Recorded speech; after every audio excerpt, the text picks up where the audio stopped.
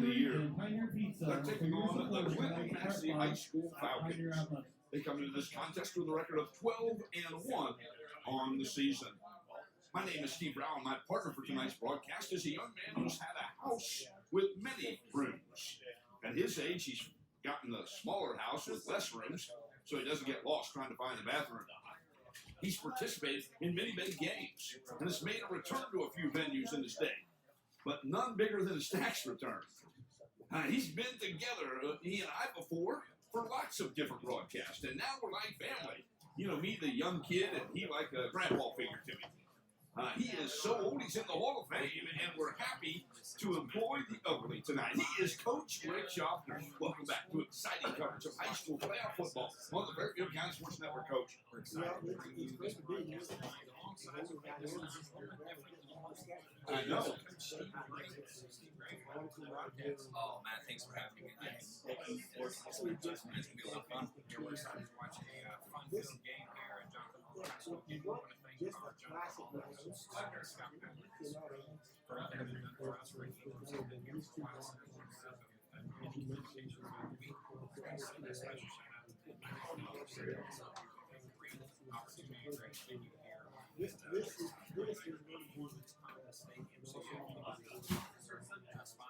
no question about it.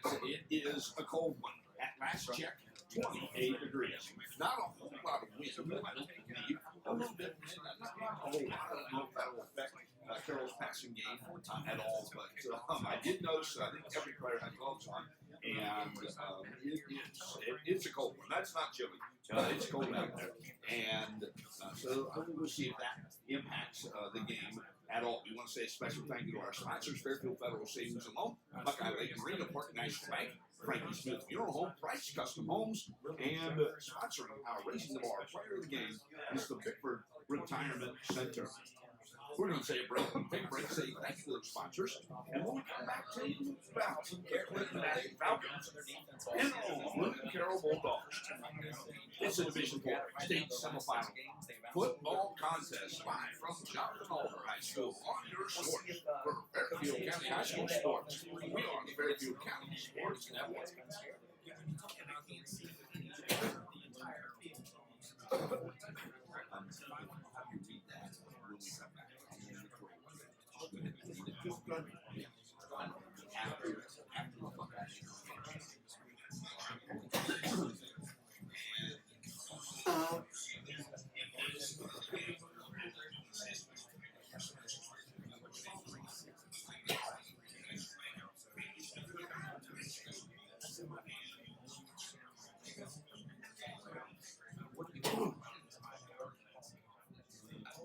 I think I'm matching this stage to what they do, and they're patient with it.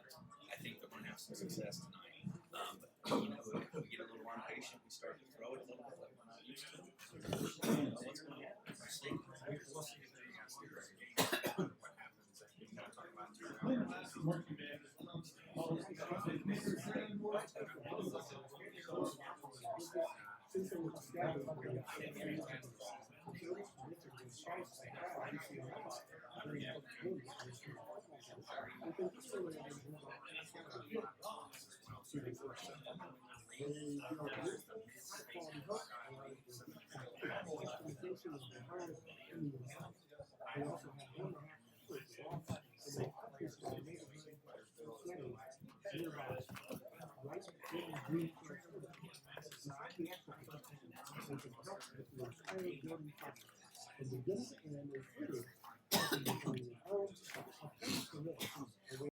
.922. And then from then on, you can see Coach Graves, it looks like 44-17, 42-69, 42-79, 70, and so on and so forth. The points have come aplenty. Yes, they have here with Massie this year. It's just who's going to get the ball most tonight. I mean, you got a four-headed monster back there with Cody Zantini, Trampler, Carter Frank, and Carter Van Hoos. I mean, who's going to do it tonight? Yeah, we'll be interested to see what Cody Zantini plays, what role he plays in the run game with a shoulder that we saw take a hit, a pretty bad hit actually at the end of the game last week that actually saw him carted off. We'll see how much he's able to run, or is he just simply going to hand the ball off to the, we'll call it the three-headed monster at that point of Trampler, Van Hoos, and Franks.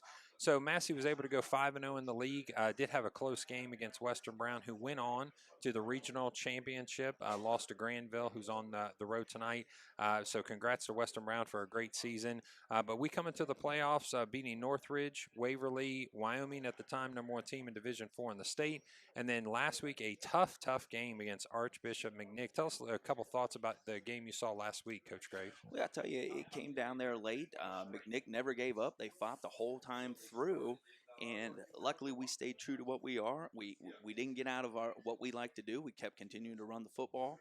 We had a great stop there defensively at the end of the game, and then they decided to go for two, and we had the big stop there. So it was a very exciting game. I think it was one of those type of games that these guys need to keep going on. Absolutely. Yeah, I couldn't agree more. Kind of like, I don't want to say like a wake-up call, Yes. but it kind of, keeps them back in, fired up more about it. So Exactly. We're going to take just a moment and break for the national anthem. We'll come back on in just a moment.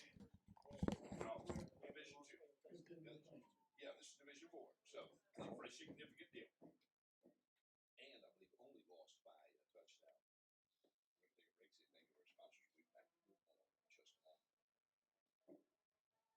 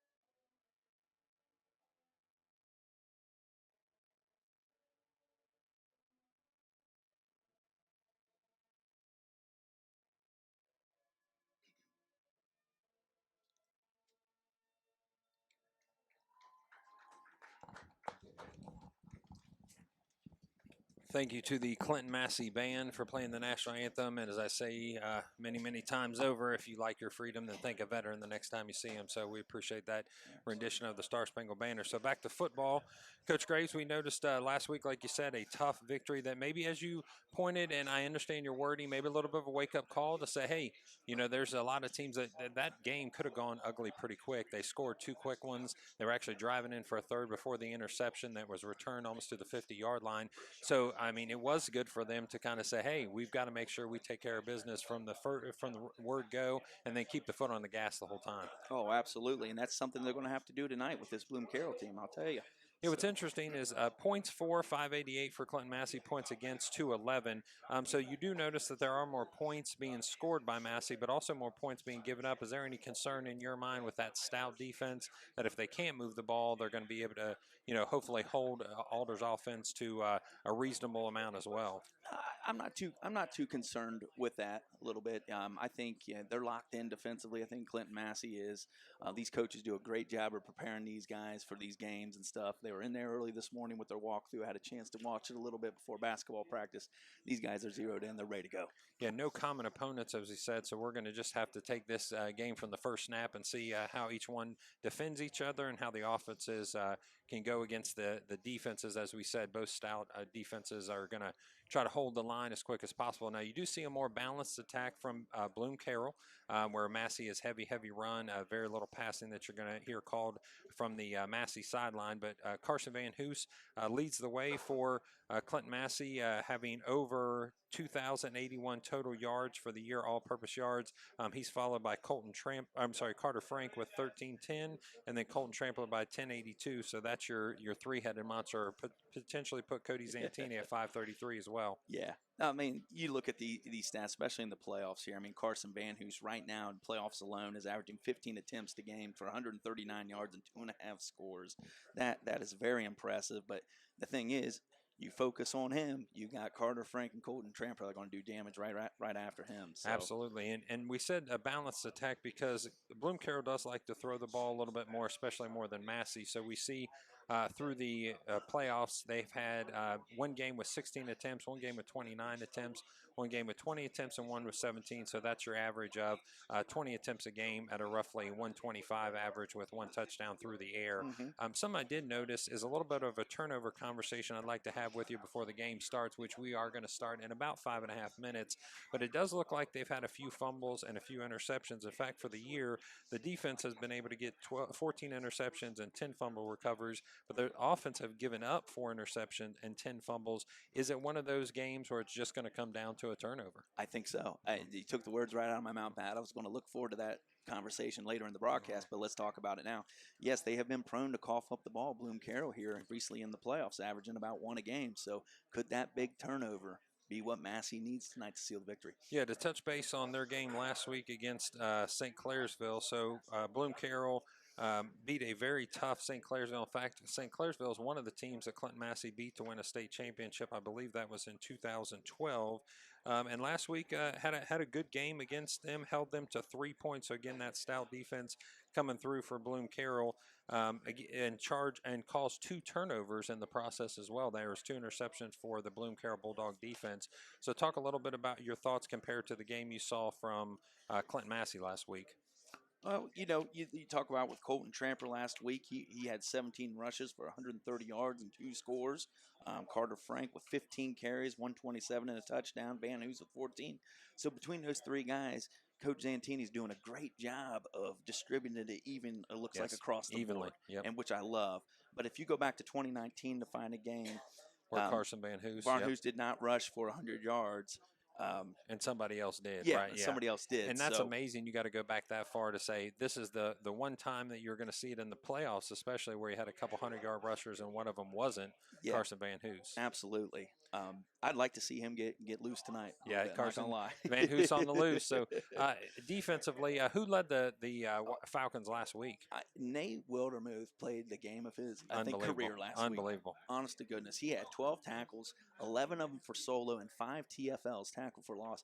I thought the young man played phenomenal last week, and that'll be a game he'll remember. It seemed like he was everywhere. It seemed like no matter what play they ran, it didn't matter if they tried to run to the boundary side or the wide side. He was making all the tackles. It was great. I mean, he's got tons of help. Massie flies to the ball, which is one of the things that Coach Bartholomew says that he appreciates about his Bloom-Carroll team is their relentless effort. Relentless effort is the term that they use. But I think Nate Wildermuth, along with Braden Rolfe, have just really come on, especially in this playoff run. Yes, absolutely. Between those 2 guys, are very smart kids too. When they got out there and run the defense with Coach Rolfe, wanting to change up things here and there. But those 2 guys are 2 really smart defenders that you need out there.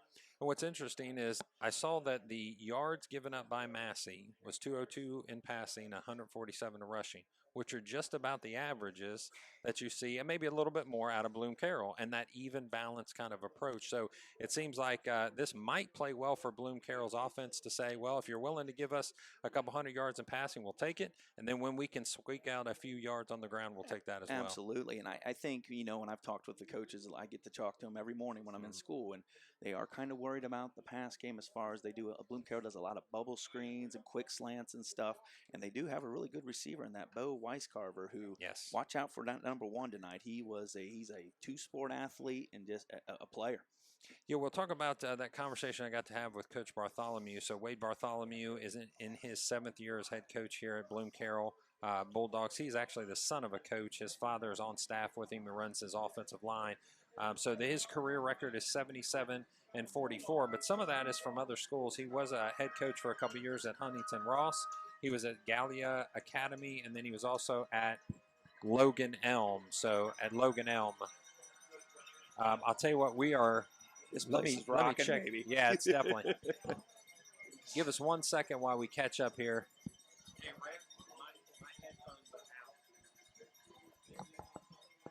Check 1.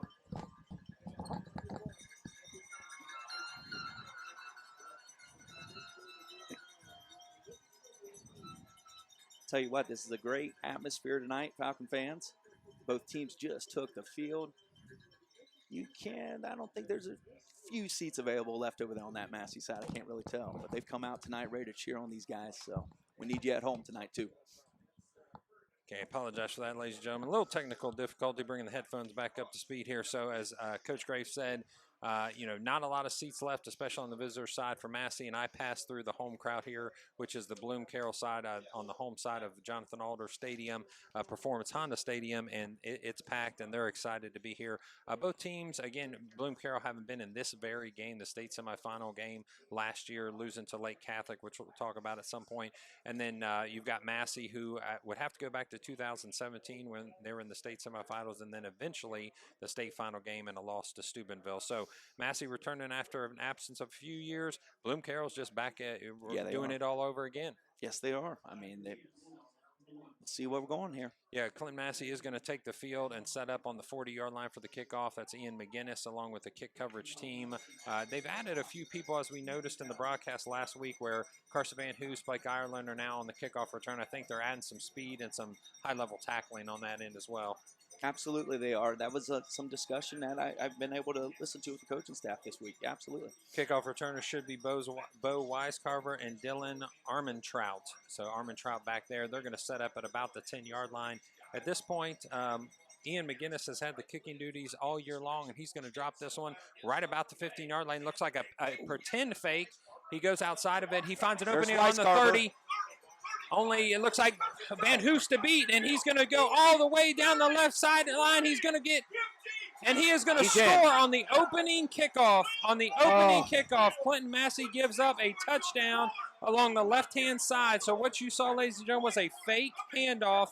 All the coverage team tried to go on the left-hand hash and to the left hash of Bloom-Carroll. They ran down the left-hand sidelines. That's a score and a terrible way to start off the game. Not well, and I'll tell you, Matt, we just mentioned number 1 Weiscarver as that athlete, and they go to him right away here to start on this kickoff, and unfortunately, Massey's down in the hole already. Yeah, Massey doesn't have to play behind a lot of times, and unfortunately, it looks like they're going to start this game off on their offensive series behind by what now is 6 points, and after a point after attempt, which is good, it's going to be 7-0 is your score. So concerns right away. If you want to keep doing what you're doing, you can't get too far behind the too far behind the scoreboard in order to stay in your slow, methodical offense. So we'll see what Clinton-Massie's answer is as they set up on kickoff return. But I'll tell you, you can absolutely feel the excitement on this home side, this Bloom-Carroll side, after that touchdown return on the very first kickoff of the game. Unbelievable. We'll get a few starters for you here. It looks like as they set up on defense, Bloom-Carroll will bring out their left corner, Branyan Dodds. Right corner is Broden Bishop. Their strong safety is Bose Weiscarver, who just scored that touchdown. Free safety is Brandon Totten. Their outside linebacker is Nick Toll, who's their leading tackler. Another outside linebacker will be Chase Plants. Andrew Marshall will be inside. Dozier will be inside. And their defensive line is anchored by Luke Farrell, who's a nice-looking gentleman who's got a ton of stats to back up. He's actually one of the best tacklers in not only the team but the league. Yes, he was a Defensive Player of the Year in their area in the Lancaster Gazette that I was reading here just the other day. Trayton McKee kicks the ball to Carson Van Hoos. He finds an opening on the left-hand side, and he's going to be brought down at about the 27, 28-yard line to start this Clinton-Massie drive. So as you mentioned last week, there's a little bit of, growing up to do, we'll say, during the game because it didn't go exactly the way they wanted it to. So we'll see if that has played out for them, being down 1 score and in their first offensive possession here for Clinton-Massie. Absolutely. I think this is a big drive here to start off with Massey. Try to flip this field a little bit, too. Yeah, it's going to be very important, not just to try to score points, but like you said, at least cross the line of the 50 and try to flip this field. So out of a split back set, because of Carson Van Hoos, he's not going to find much room. In fact, only just a yard or two, maybe. In fact, just 2 yards off the right-hand side. A little bit different look there, set up in a split backfield with Colton Trampler as your fullback, Carson Van Hoos as your tailback. So just a 2-yard gain. It'll be 2nd and 8. Up front, it looks like you've got number 50 that's Aiden Kirby's going to anchor part of that line. 71 we mentioned is Cale Craner. And it looks like on that right-hand side, 61 is where you'll see Luke Farrell. So that's to the offensive left side. Double slide as you look. Single receiver to the left. Carter Frank goes in motion. Colton Trampler with There a we hard go. run. That's going to be a long run for second down. It looks like it's going to be third and probably about 2. Great job on that left side there that time. I thought that the down block obviously got to the linebacker second level and was able to free up Trampler a little bit. Yeah, it looked like a quick kick out and Trampler up the left side of the center there. So it's going to be third, and it's actually going to be 3rd and 1, which Coach Bartholomew said, we need to keep them off schedule, make sure they're not in the 3rd and 1s because they're going to be able to get those pretty easy. It looks like Colton faked the handoff, and it looks like Cody Zantini's going to go second man through for the first down on that. So it's going to be a new set of downs starting at about the 39-yard line. Absolutely. Let's keep an eye with Cody a little bit too. If he starts to get banged up a little bit early, let's see if we don't re-aggravate anything. He's had an issue with his left hand, that left hand wrist area. He's had an issue with his left shoulder. A couple times that's been diving into the end zone or finishing a play in the end zone. So we'll keep an eye on that, like Coach Graves said. So now double slot, single receiver to the right. Carson Van Hoos goes in motion. He goes to Colton Trampler, a nice hole there. Oh, yeah. So that's going to be a strong 4-yard run to start off this series. It's going to be 2nd and 6. That was a great pull there, but I think, I want to say Owen Trick. Pulling there on the left side, student body left was nice. Yeah, and Trick has been doing a great job, as well as Adam Frisch Jr.'s that have had to start all year that's been stepping up. And again, just as the playoffs continue, it seems like this young line or parts of the line that's young seem to be getting better, where Scholes and Vance have some experience already. Double slide as you look. Carson Van Hoos goes, and he gets the pitch. He's around the right-hand side, but there's going to be a tackle in the backfield. Bloom-Carroll sees that play coming, so number 4 on that play is Brandon Totten, which Coach said is their glue that holds the defense together. One of their leaders from the safety position, the free safety position, comes downhill immediately and meets Carson Van Hoos behind the line of scrimmage. So that's going to be a loss of, it looks like 3, so it's going to be 3rd and 7, so you're off schedule again. Absolutely. I just think that speed there could play a factor tonight defensively for Bloom-Carroll. Yeah, in the first series, you're going to see right away if Massey's going to be able to get outside, and that's a huge part of their game. So if they can't get outside with only 7 seconds left, they'll see if they're able to get this play off. Blake Ireland gets out of the huddle. I don't know if to they're the going to left-hand happen. side. They're going to call timeout. Yeah, they're going to call timeout, and everything going right now for Bloom-Carroll. You score on the opening kickoff return. You put a couple plays together behind the line of scrimmage to get Massey off schedule. Now it's going to be 3rd and 7. You take your first time out within the first, it looks like 3, almost 4 minutes of the first quarter. And just coming from a coach's standpoint here, this is a great timeout by Coach McSorley here. Let's not rush anything. Let's get the guys over there, relax a little bit, breathe a little bit. And right now, these guys are probably a little nervous. Let's be honest. Got that little feeling in your stomach. We've all been there as past athletes. So great call by Coach McSorley here. Let's focus. Let's regather. Let's get a good play call here and see if we can maybe even go on 4 and 4th. So even if the even if the players haven't had this experience of being in semi-final playoff football, the coaches have, and they know what the ebbs and flows of a game happen, the ups and downs. And you've had something big happen to you right away. It started off the game, so now how are you going to react to that? And Clinton-Massie is going to set up this particular play on the 42-yard line. They'll be on the right hash. It's 3rd down and 7. Double slide as you look. Single receiver to the left, which is Blake Ireland. Carter Frank goes in motion. Blitz. The snap. Dawson Conley's open. He's going to catch the ball up the right-hand side. He's to the 30. He's to the 20. He goes out of bounds at the 17-yard line. So a nice play by Dawson Conley with the catch. Cody Zantini with the soft touch right over the head of one of the defenders there, and that's going to be a long gain on 3rd down. Now you're right back on schedule with 1st and 10. Absolutely. Nice little fake there by Cody. Wasn't like the real big boot that they like to do, but it was just enough to freeze everybody. Lex Russell comes into the game this time. It's going to be a double tight end look. So we're going to set up at the right hash on the 22-yard line. It's going to be a wishbone backfield. Colton Trampler is your fullback. Carter Frank is your back, as well as Carson Van Hoos to the left-hand side. Cody Zantini under center of the snap to Carson Van Hoos. The right-hand side is a little opening. The ball's on the ground, and it's going to go to Bloom-Carroll.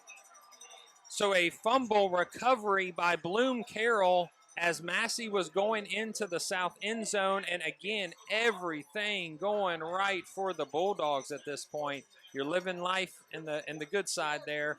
And I'll tell you, that's something you don't get because, we just don't turn the ball over very much, and we certainly don't fumble. No, that's unbelievable. Yes, that one's hard to believe there, Matt. Yeah, like you I'm said. looking at the stats real quick. That's the first fumble, and I know at least in the playoffs. Yeah. it could even go back into the regular season for sure. Yeah. So again, how are you going to react as a defense? So if I'm if I'm an offensive coordinator, if I'm Bloom-Carroll, I'm opening up the playbook big on this after a turnover. To the right, KJ goes and throws an interception almost by Blake Ireland. So he tips the ball down. He almost picked that and went to the house for 6, but it does cause a 2nd down and 10. Absolutely. So your offensive starters, KJ Benedict, is going to be the senior quarterback who is the clear leader of this offense, not necessarily by emotion and loudness. He is that guy that just works hard, comes, does the right thing, stays late, starts early, and the coach has nothing but extremely nice things for number 17. Benedict's going to get his offensive set. It's going to be a trips right, single receiver to the left, 1 running back to the left. He's going to motion his up man back. Oh, yeah. A little bit of There we movement go. on the right-hand side, which is going to bring that ball back just a little bit farther closer to the end zone line. So a false start penalty on Bloom-Carroll. Still going to have a 2nd down, but now we're going to be 2nd, and it looks like probably about 17 or so. Or 15, sorry. Big here for Clinton-Massie. Be So curious to see if Bloom-Carroll's going to throw it or run it. We'll see. Yeah, we'll see if they can get out of the shadow of the end zone here. I would imagine they'll try to run this one. It looks like KJ Benedict's going to go under center for this particular snap.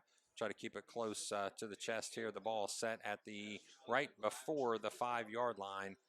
Running back behind him, 2 receivers to his right, 2 receivers to his left. Actually stays in a shotgun snap. The snap goes, the fake, the bubble screen outside, wide open. And Blake Ireland makes a great play, upending the receiver on the right-hand side. And unfortunately for that receiver, it looks like he took a little shot to the knee, and that's Bo Weiscarver, who got the completed pass, started upfield, but was upended by Blake Ireland pretty quickly. Oh, Blake did a great job of taking on the block, getting rid of him, coming up and making the stick. This could be a big injury here for Bloom-Carroll. Yeah, he'll come off to the sideline, but he's running off on his own power. Just has a little bit of, I think he might have taken a shot near the stomach. So he's gonna set himself and probably be back in just a moment. The referee is going to stop play in order to reset the ball, make sure that the play clock is ready to go. And that is going to be no further than just the 5-yard line, so there's no gain on that play, even with the completed pass. 2 receivers are set up to the right, 2 receivers set up to the left. A single running back will be on behind. So it looks like we're looking at a time clock issue right now. 8:07 is your time left in the first quarter with your score 7-0 Bloom-Carroll Bulldogs on a kickoff return touchdown. Looks like they look to the sideline for the play. So Bloom-Carroll runs that offense where they're going to check with the coach, and he's going to make his protection call up at the line of scrimmage. They change the protection just a little bit, does Clinton-Massie. The snap goes this time to the running back, and Leighton Bell stops him immediately. Looks like that was probably 15. Yep, Dylan Armentrout. Great job by Leighton there. Coach McSorley emphasizes to his guys up front, they've got to be able to shed blocks all the time, and if you can't do that, you may not be playing. So let's be smart here and not rough the punter. So again, I say don't rough the punter. If I need to tell him one more time, hey, don't rough the punter. That's right. Yeah. The snap, the kick. He's going to fair catch it. Looks like Carter Uten fair catches it at the 37-yard line, pushes one of his own players out of the way to make sure he doesn't have any problems giving that ball to the referee. So it's going to be Clinton-Massie ball at the 37 on the left-hand hash. And you know what? You get out unscathed. In fact, you're able to stay on this side of the 50. So, of course, you'd wanted to score. You don't want to give up a fumble because it's a mental issue as well. But now you're back on offense and you're set and you're ready to go here back towards that south end zone. Absolutely. No damage done here. Falcons are still in great spot here. So let's see what we go to. Single receiver to the left. Ball goes to Colton Trample, and he goes absolutely nowhere. Stood up immediately by about 3 Bloom-Carroll defenders, led, by the way, on number 71, Cale Craner is your lead tackle on that particular play. So that ball is going to be placed right back at the line of scrimmage. It's going to be 2nd and 10. Very stout up front, it seems like right now, although there's been some success running the ball. The longest play so far was actually a pass play for Clinton-Massie, which when's the last time you've heard us say that in a while? It's been a long time. Yeah, so it looks like single receiver to the left, a wishbone backfield. The snap goes from Zantini to Carson Van Hoos. He spins to make one person miss and get a couple extra yards on that. So it's going to be 3rd and about 5. So you're not too far out of schedule. No, not at all. Great push by that whole right side that time. Leading with Trick and Dawson Conley there lined up at the tight end spot. Zantini seems to want to go over and get each individual play. I don't know if that's is there a reason behind that? You feel like it's maybe just calming everybody down and saying, hey, I'll say it once. We know what we're running. Let's get up to the line and go. I would agree with you on that, Matt. Totally. Double slot is your look this time. Single receiver to the left. Carter Frank goes in motion. It goes to Colton Trampler. He's stopped, but he is able to dive forward for maybe a yard. He might even, he's going to get 1 out of that. So now it's going to be 4th and 4. So if you're Clinton-Massie, there's no reason at this point not to go for it because you're right out of field goal range. Although Ian McGinnis has done a great job this year, this one might be a little bit too far for him. He's a 1 for 2 in his field goals at this point. So they're going to they're going to keep the offense on the field, and they're going to bring Cody Zantini and it looks like Carter Uten back out at the receiver position. It's going to be 4th down and a long 4 here, at this time. So Carter Uten's your receiver on the left-hand side. A quick snap goes to Carson Van Hoos. He's able to find an opening. First down. It's going to be close. It's going to be close. I think they're going to go ahead and wave him forward. So he's able to get about a yard, maybe a yard and a half past the line to gain. So it's going to keep moving those chains with 5:14 left in the first quarter and a 7-0 lead by the Bloom-Carroll Bulldogs. You know, something I've been noticing here right away, too, here is we're staying a lot of right side dominant right now the last couple plays here, and we're avoiding number 61 a little bit. Fickle. They're go-to guys, so. Yeah, I would have to think that is by design. Fickle is a strong young man. Yes, he is. And these opponents have not seen a lot of success on that defensive side. In fact, 2.8 is your average play for opponents. This time it goes to Carter Frank, and it goes to that left-hand side. He's able to break through just a little bit. He's going to get another fumble. The ball's on the ground this time. And who's got it? We're going to call this ball on the ground. I think they want to say that his forward progress was stopped. They're going to show the ball and give it back to the referee. So it looks like they're going to call the ball down at that point.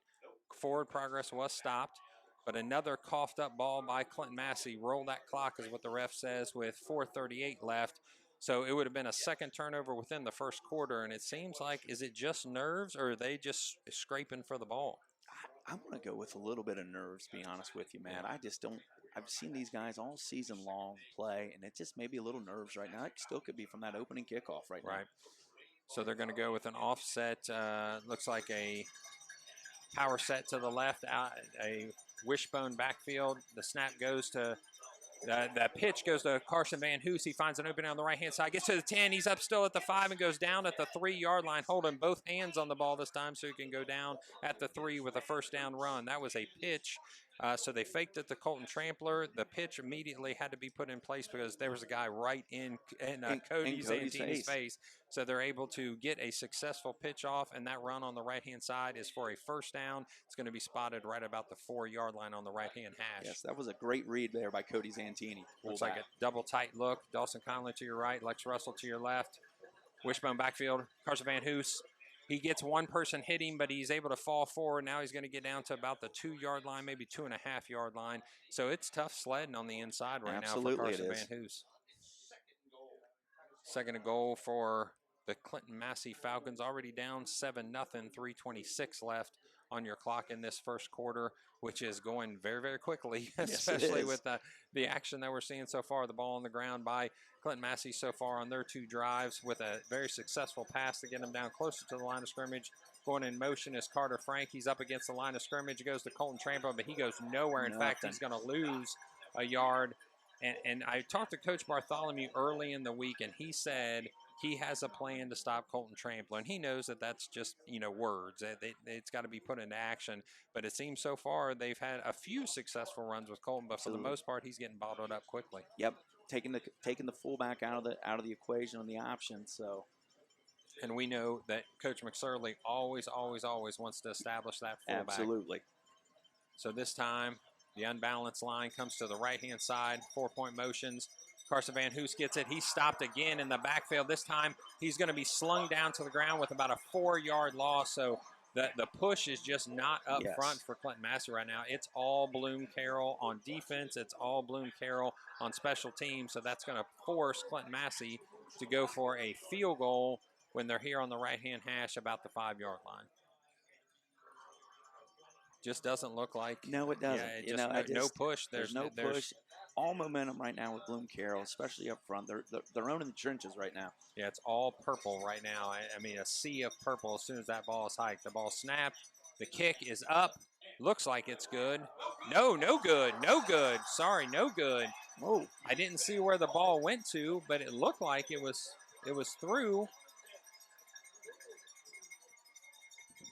I'm not sure. I thought it went through as well. Yeah, so I guess we'll get some clarity on that, but it looks like it's going to be a turnover on downs after the missed field goal. Bloom-Carroll's going to take over with the ball spotted back for the tee at all the way back to the it's going to be to the 20-yard line because of the missed field goal there. So defense comes back out needing to answer after no score given by 2 drives, including a turnover by Clinton-Massie. The ball snapped, fire to the right. Number 28 for the Bulldogs is Brandon Dodds. He's able to get the catch, but not much gain on that. It'll be about a 3-yard gain. Great job by Connor Uner cutting off his break. He backpedaled, saw the pass come up, stuck it, and then he came up, made the play. It was a great play by Carter there. You got to think they might be setting the old stop and go here before too long if he bites too hard on that. So the 4 front linemen there for Clinton-Massie, 2 linebackers. Colton Trampler rushes this time. He's able to get some pressure, but it's going to be wide open. Number 28 on the left-hand side. He gets taken down by Keegan Lamb. I'm not sure if Uten slipped there or if he got pushed. He kind of looked at the official like he got pushed off, but Uten falls down and Bloom-Carroll big plays it. Yeah, they're going to go right back. Tempo running back to the line of scrimmage. KJ Benedict brings him back to the line of scrimmage. 3 receivers to the right. The handoff goes to Dylan Armentrott. Armentrott gets a successful run on first down. In fact, the chains weren't even set at this point, so we're going to be second down, and it looks like 5. Yeah, it's like I said, it's all Bloom-Carroll at this point. Trips right, single receiver to the left. The snap, the ball goes to Brandon Dodds. This time it's outside of his reach. So Brandon Dodds is going to miss that one. Carter Uten with coverage on that outside. But right now, I mean, everything's clicking. All cylinders are clicking for Bloom-Carroll. Yeah, so they're thinking that Uten might have slipped on that particular last play. That was the long gain for Bloom-Carroll. And again, if Bloom-Carroll isn't able to score, at least they flip this field. And I'll tell you, if they go up 14-0 in the first quarter, you know, Clinton-Massie's going to have a tough row to hoe there. They fake a jet sweep. Benedict to the right-hand side. Wide open is number 4, but he drops the ball. Oh, it would have been an easy walk-in touchdown for Brandon Totten. That would have been easy score. That was easy walk-in. We got a gift there. Probably some busted coverage on our end of it. Like I said, I'm not sure what happened there, but it was definitely busted coverage. Carter Frank and Keegan Lamb discussing it back there as well as Blake Ireland, but they faked the end around. They faked the end around, and they weren't able to get sorry, we're having some technical difficulties with our headphones, so we're going to continue. Here we go, 4th down. 5 to go. Bloom-Carroll going for it. Handoff. He's going to be short.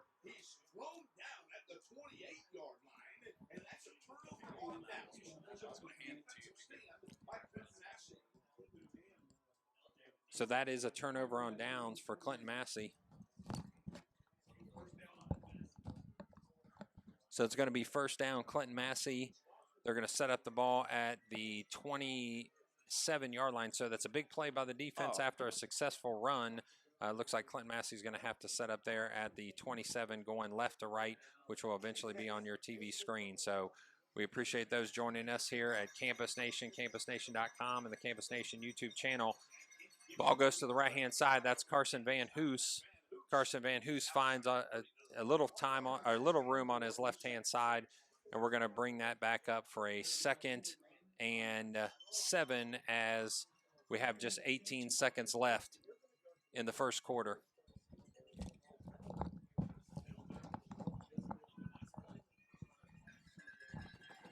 Second and 7 is your yardage at this point.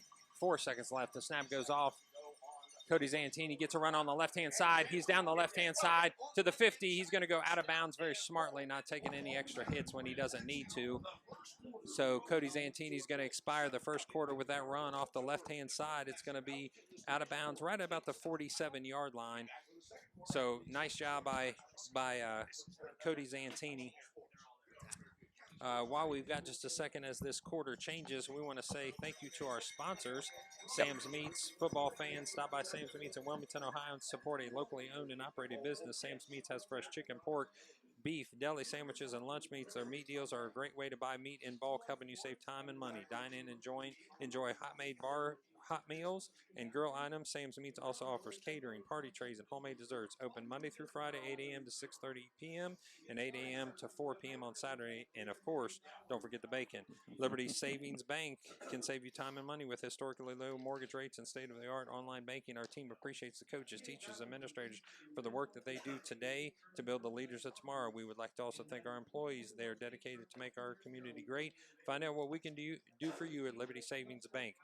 So, Coach Graves, I mean, the first quarter expires with Clinton-Massie only down by 7 after a turnover and after a, very, very tough sledding on offense so far.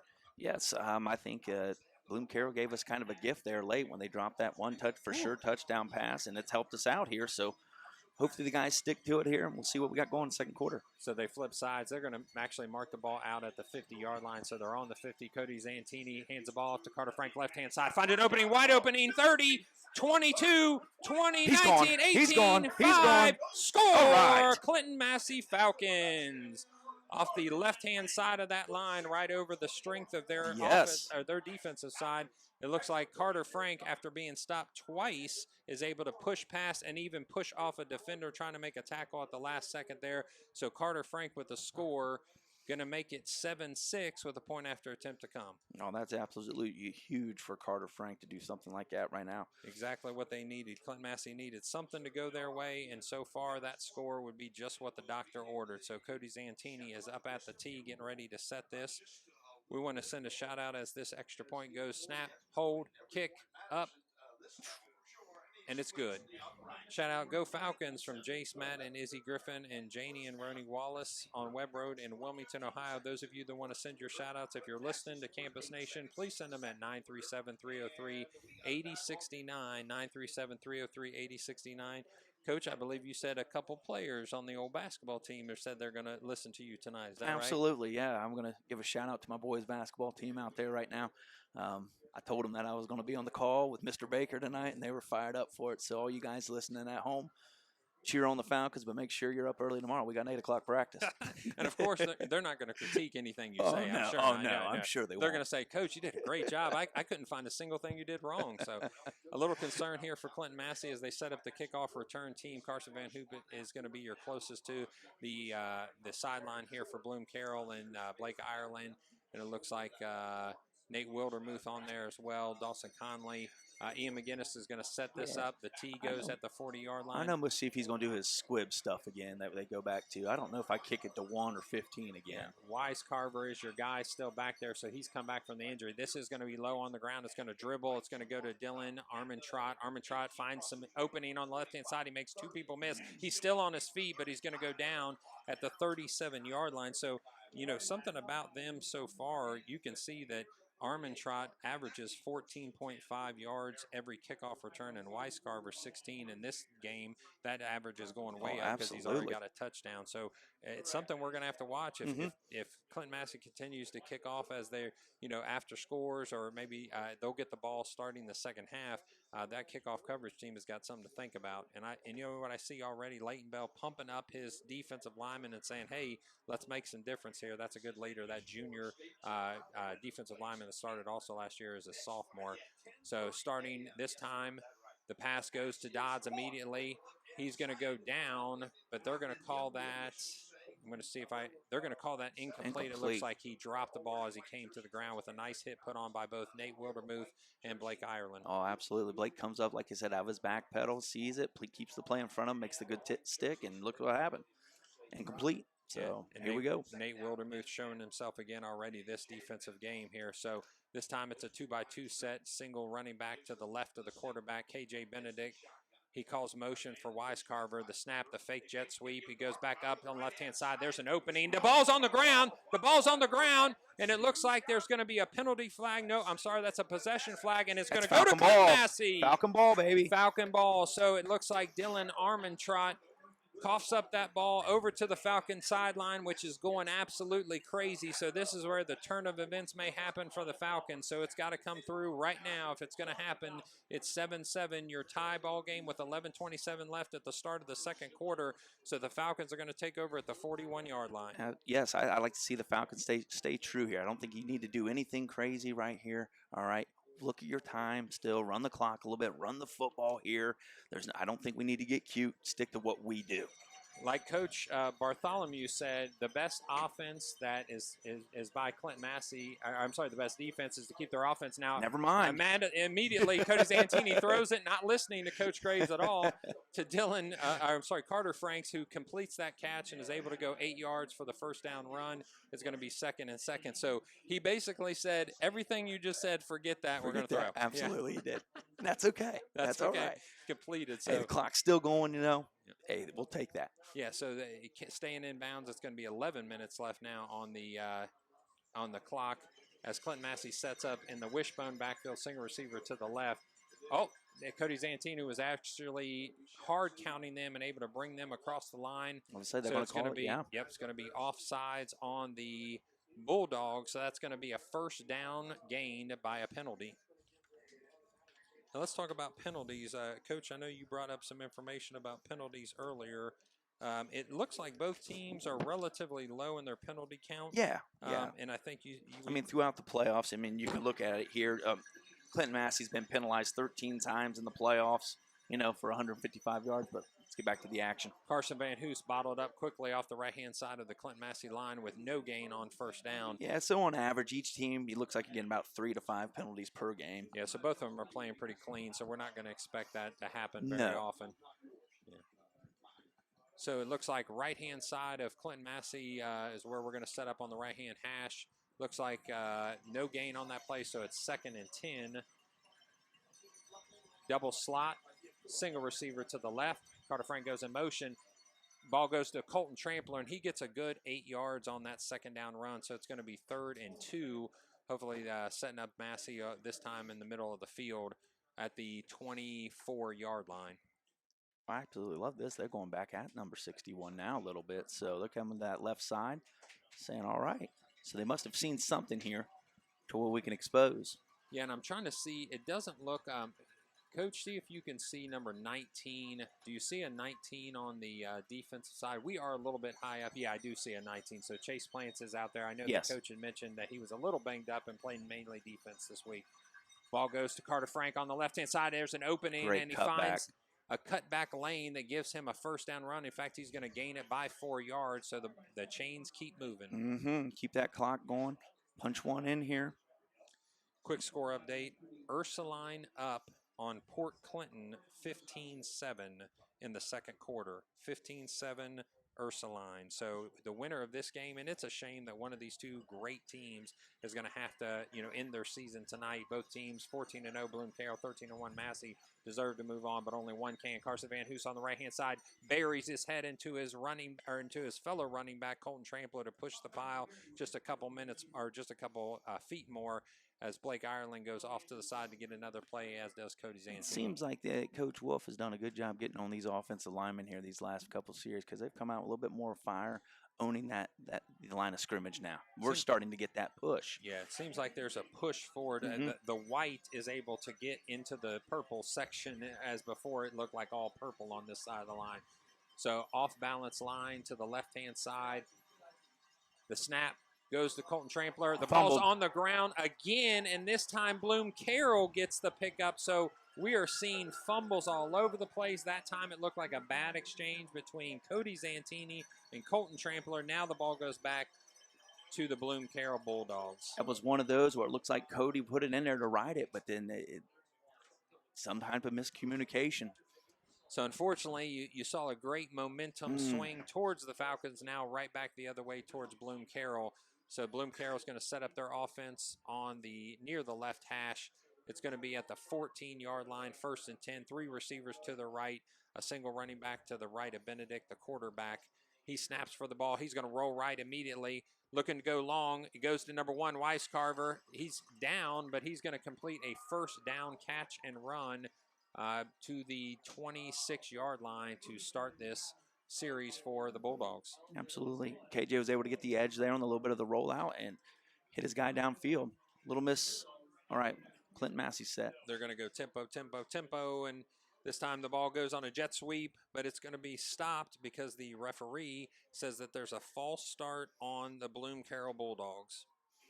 So it looks like Bloom-Carroll's going to have to reset their offense and set a new play up for another first down run here potentially. But Clinton-Massie, has to be kicking themselves. They've already coughed the ball up actually 3 times. Twice they've lost that fumble, and that's just so uncharacteristic of them. Yes, that's something we have not seen all year. So it's one of those where, where's the mindset with the guys right now that are dropping these footballs? Well, one of them has to play defense. That's Colton Trampler. He steps up to the line. Armin Trott is able to find a small opening. He's going to get back almost to the original first down marker. In fact, about a yard from there to be 2nd and 11. Great job by Keegan Lamb coming up there from the safety spot, going low to 15 there. Kind of get him hobbled a little bit here. 15's off the field right now. Keegan with a nice stick down by the knees. On average, this team has 438 attempts for the year. They average 6 yards a rush with 187 yards average in a game with 38 rushing touchdowns. So they can run the ball, and they can run the ball Here well. comes a blitz. So the roll is to the left-hand side, throwing this right-hand quarterback. Goes over top. This time Blake Ireland almost puts it out of bounds.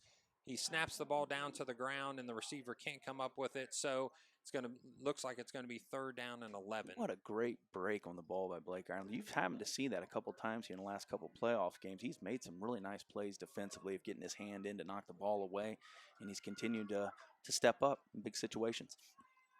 We appreciate you, those of you that are checking in again, 937-303-8069. We'll get to those shout-outs here just when we get a little break in the action, which this action is nonstop in this second quarter. 7-7 is your score with 7 minutes left in the second quarter. The snap goes to Benedict. He's looking wide on the right-hand side. He throws a little bit of a wobbler, and Carter Uten's able to throw that ball down. He had inside leverage. He had his head tilted back to the ball, so he had every right to the ball as anybody else did. And that was I believe that's number 11 for the it's Andrew Marshall, one of their starting inside linebackers, as well as a junior receiver as well. So they're going to have to punt here on 4th down. Home crowd was really wanting to kind of get an offensive pass interference call there, but I think I agree with you, Matt. Carter was in great position. He had his head turned around. It was beautiful. 30 punts on the year with an average of 35.4. They have had 1 punt blocked, but it looks like the snap goes. It looks like a little deflection there, so the ball is going to actually stop at about the 42-yard line and roll sideways. Actually goes back to the 40. So it looked like number 62 for the Clinton-Massie Falcons, and we want to get you a get you a name on that. 62 is Marshall Hunter.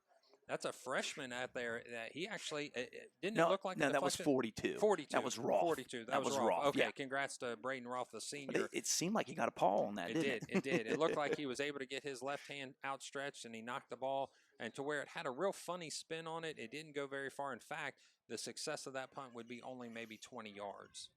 First down for the Falcons. So it seems like there's a little bit of a bounce back there here. Is. 40 yards. You're getting a short field. It looks like the left-hand side is going to be overstacked there, so it's going to be a pitch to the right-hand side. Looks like Isaiah McCoy with a great block to take his defender out of bounds and give Carson Van Hoos some area to run, which is going to make it a 2nd down and 6. Yeah, first time I think we've seen that toss play tonight, which I like getting him out on the edge a little bit. Especially to the short side. That was to the short side. So they're on the right-hand hash. They actually threw that pitch to the right-hand side.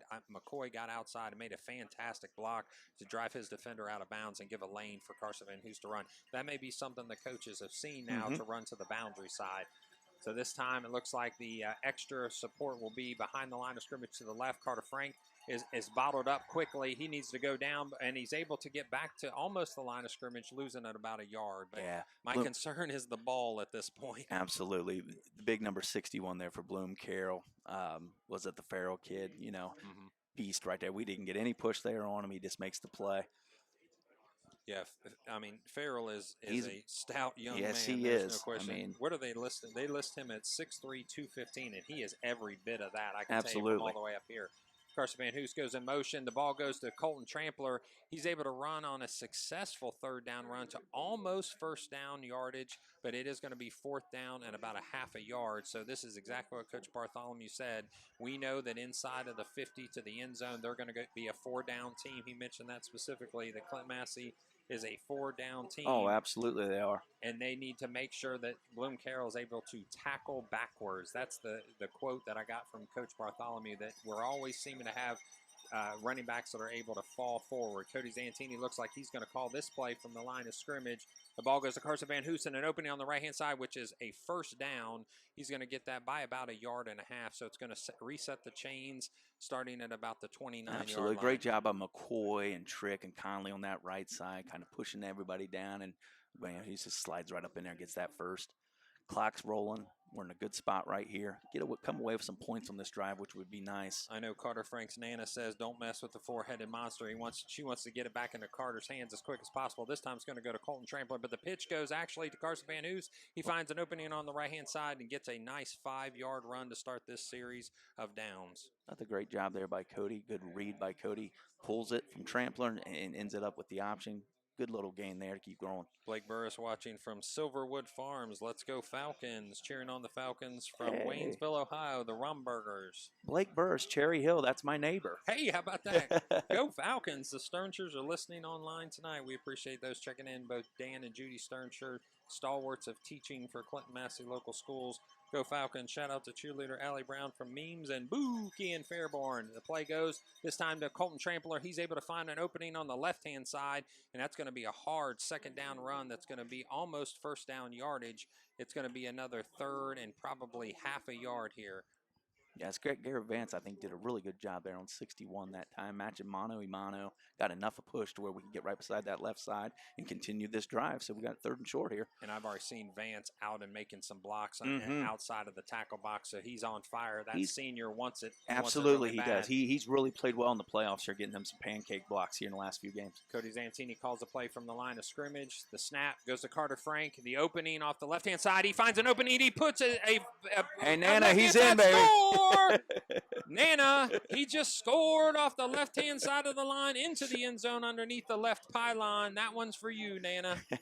Nice job, Carter Frank. Garrett Vance, once again, 61, took a little inside route there, and Garrett locked up with him man on man and just pushed him enough to the inside that it sealed that. So Garrett Vance working on that 61 right now. You're starting to see that push. Absolutely. Starting to see the push. Now, Carter Frank did a great job on No his doubt. own. No doubt. Stiff arm on the right, runs to the left, gets inside that pylon, and that was Let's Go Falcons. The Horners listening from Blanchester. The kick is up, and it looks like it is good, which is going to be a 14-7 lead. So even though everything went right for Bloom-Carroll in the first quarter, the Falcons are in the midst of the second quarter, almost down to 4:45, and they have a 14-7 lead. Oh, yeah. It's kind of those game of runs you kind of see in basketball a little bit. Massey's got the run now. Yep. Let's see how Bloom-Carroll responds to see if they can get any momentum back. You know, that's what I love about the game of basketball. They call it a game of runs. I think football can be a game of runs as well right now. And right now, Massey's got the mo. Well, also want to send a happy birthday to Angie. Love from Vince. Let's go, boys. From Corey Price, our regular cameraman who couldn't make the trip this particular evening. So we appreciate all the work Corey's done for us all year long. So check in if you'd like to. Tell me where you're listening from.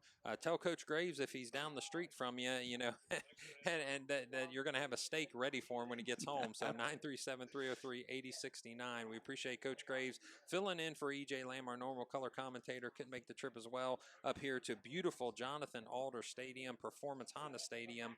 If anybody's looking to write checks for a new stadium, I'll definitely take one similar to this one right here. Oh, yeah. This place is really nice. And I appreciate it, you know, give me the call to do this, man. Excited. I'm having a blast so far. It's fun. Excited. Ian McGinnis with the squib kick. It goes to Dylan Armentrott. Armentrott finds a a wall actually on the left-hand side. He's quickly met by Nathan Wildermuth and a few other, a flock of Falcons, if you will, to be brought down there right at the 30-yard line. So you can even see a little bit in the trajectory of heads on the Bloom-Carroll sideline and running people off the field that they're down just a little bit. You can Absolutely. say, yeah. Great observation there. I was thinking the same thing. You can just kind of tell with these guys in the white helmets right now. They're just not real sure what they want to do. Yeah, they're going to look for, I'm sure, a successful set of downs to start off or a potential score here as they got plenty of time with 4:39 left in the second quarter as Clinton-Massie sets their defense.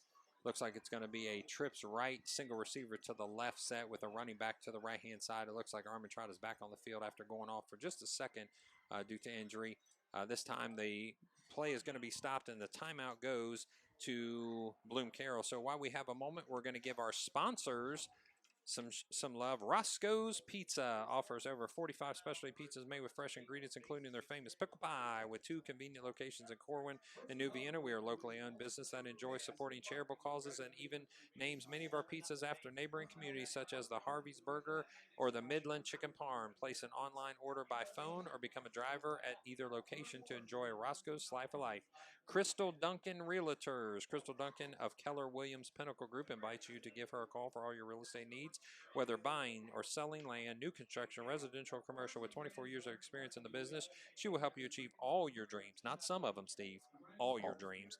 Crystal is, so if you want to be a 6'5" NBA player, Steve, go call Crystal Duncan. All right. Yeah. I can Crystal do that. is a Massey grad and an ex-school board member, so the community means a lot to her. Give Crystal a call today at 937-725-5097. Crystal Duncan, your hometown realtor, where every deal is crystal clear.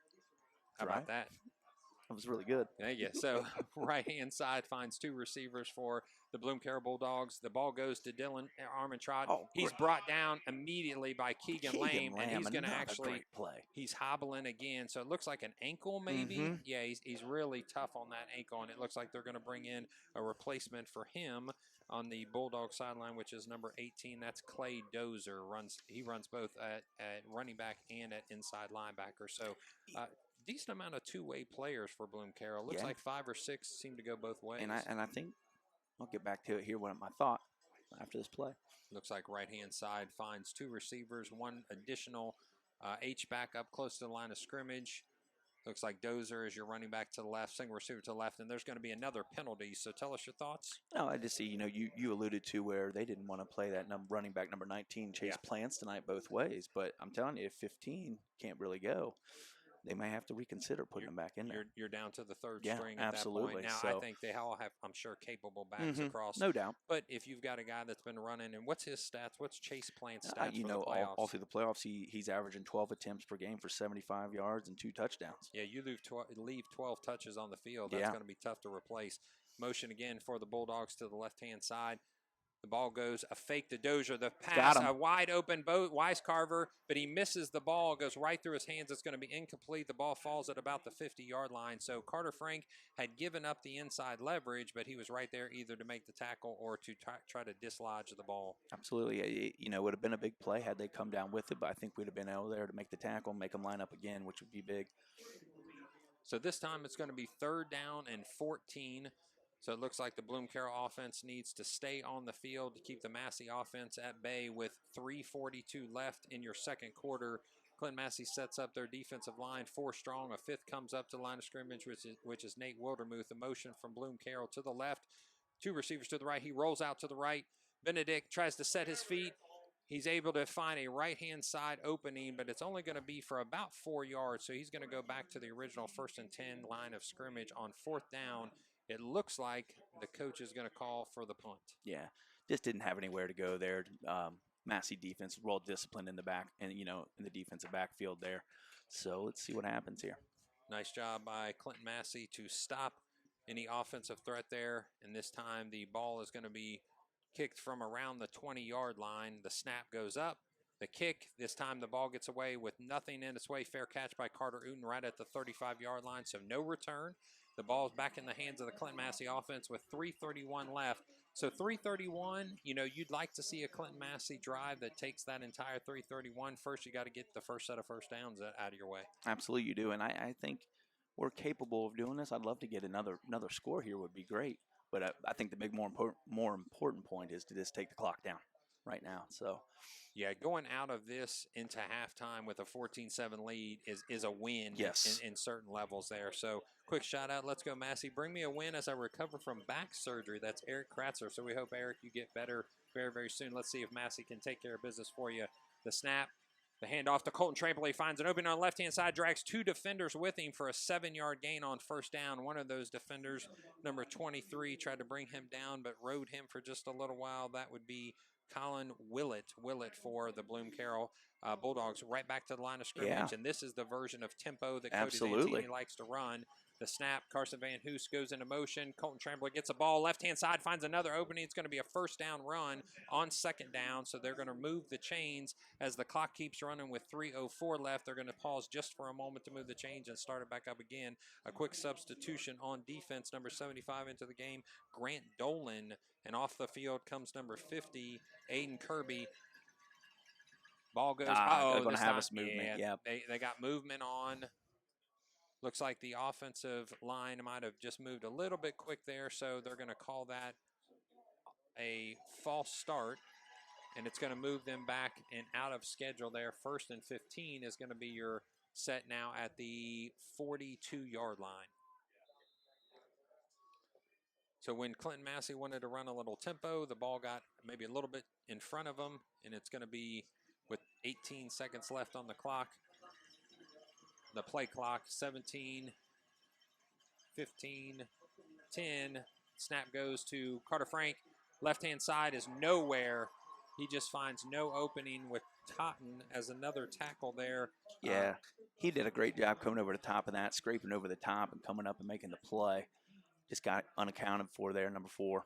It looks like he's going to take the alley.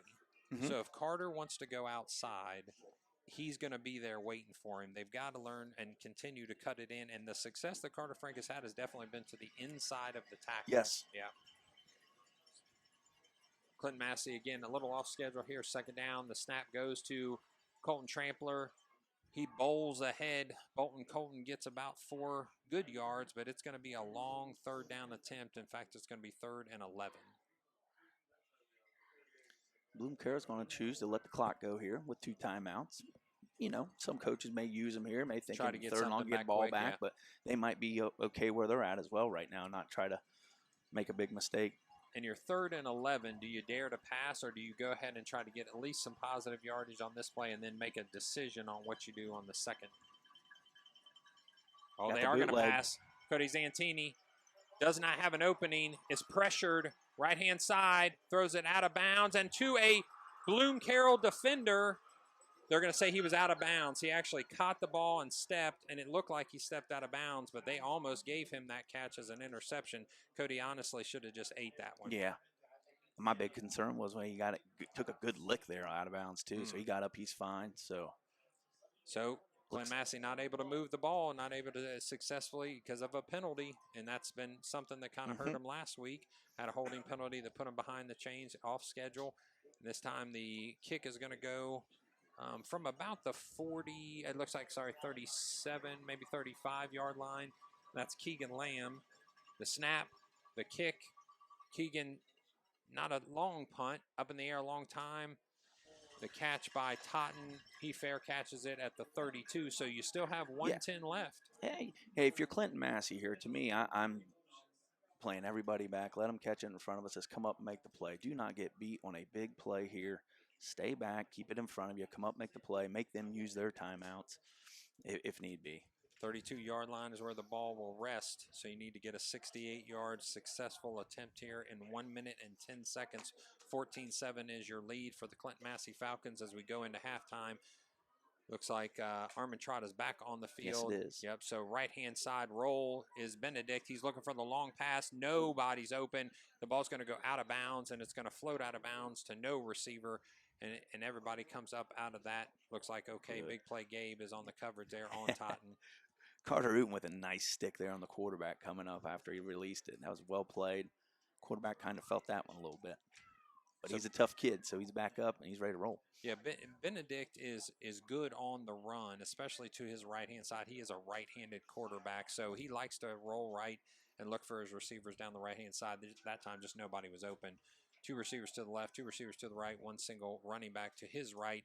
The ball goes to a Watch bubble the double screen, throw. but it looks like Weiscarver wants to go out of bounds. He's going to go out of bounds, and honestly, no gain on the play. It looks like maybe a yard, and they're going to give him actually 2 on that. So it'll be 3rd and 8 with 1 minute exactly, 1-0 on the clock as Charlie Hale sets his defensive teammates in place there. Looks like trips to the left of the wide side of the field, single receiver to the right. So it's Marshall with single coverage here by Carter Uten.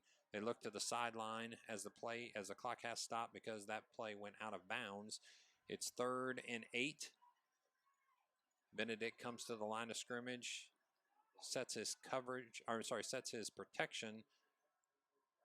The snap, the fake, actually it gives the ball off, so it's going to be a running play on 3rd and 8, which is going to give you 52 seconds left on a running clock now, unless they call a timeout. Nope, they're going to go right back to the line of scrimmage. That's an interesting play call. Absolutely. Maybe trying to catch him off bounds. Massey's going to call one here, I think. Okay. Yeah, so Clinton-Massie calls a timeout. I mean, set up yeah, maybe a return if they turn can, or go after it. I don't know what his thoughts are here, but so while we're waiting for that, we're going to give one last shout out to a sponsor. That's the Bin Boss. The Bin Boss, proud to support Clinton-Massie Falcons. We clean, sanitize, and disinfect garbage bins so they look and smell brand new. Based in Lebanon, Ohio. I know some good people live in Lebanon, Ohio.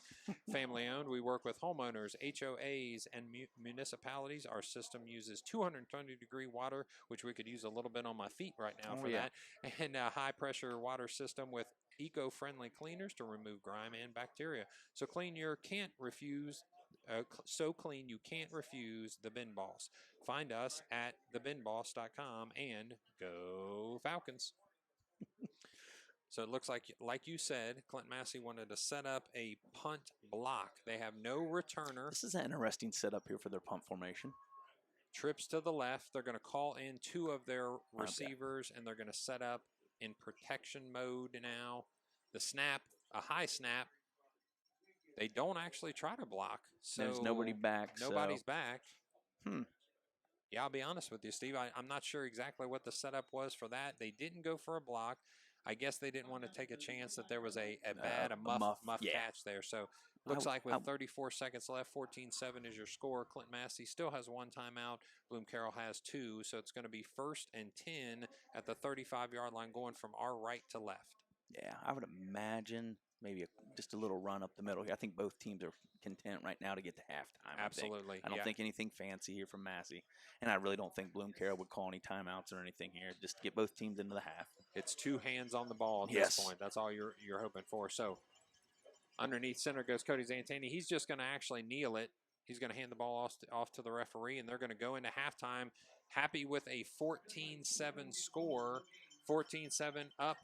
Your Clinton-Massie Falcons by 7 against the Bloom-Carroll Bulldogs that are coming in with a 14-0 record, and you can see why they're 14-0. Oh, absolutely. They came out, ready to roll. They came out, got the early kickoff return. They got a couple turnovers on us. But then Massie just stayed true to what we do. They didn't panic. They fought back in, and they're up 14-7 right now. So. Yeah, it does look like turnovers are going to be a bigger part of the game than we originally thought. In fact, coming into the game, we mentioned early in the broadcast that it didn't seem like that was going to be a big part of it because neither team did, although Bloom-Carroll's had a tendency to give 1 or 2 up in the playoffs as well. But it looks like that's going to be a conversation piece that we're going to be talking about through the rest of this game. Oh, absolutely. Both teams are coached really well. You're going to see adjustments made here this second half. I think it's going to be a dandy.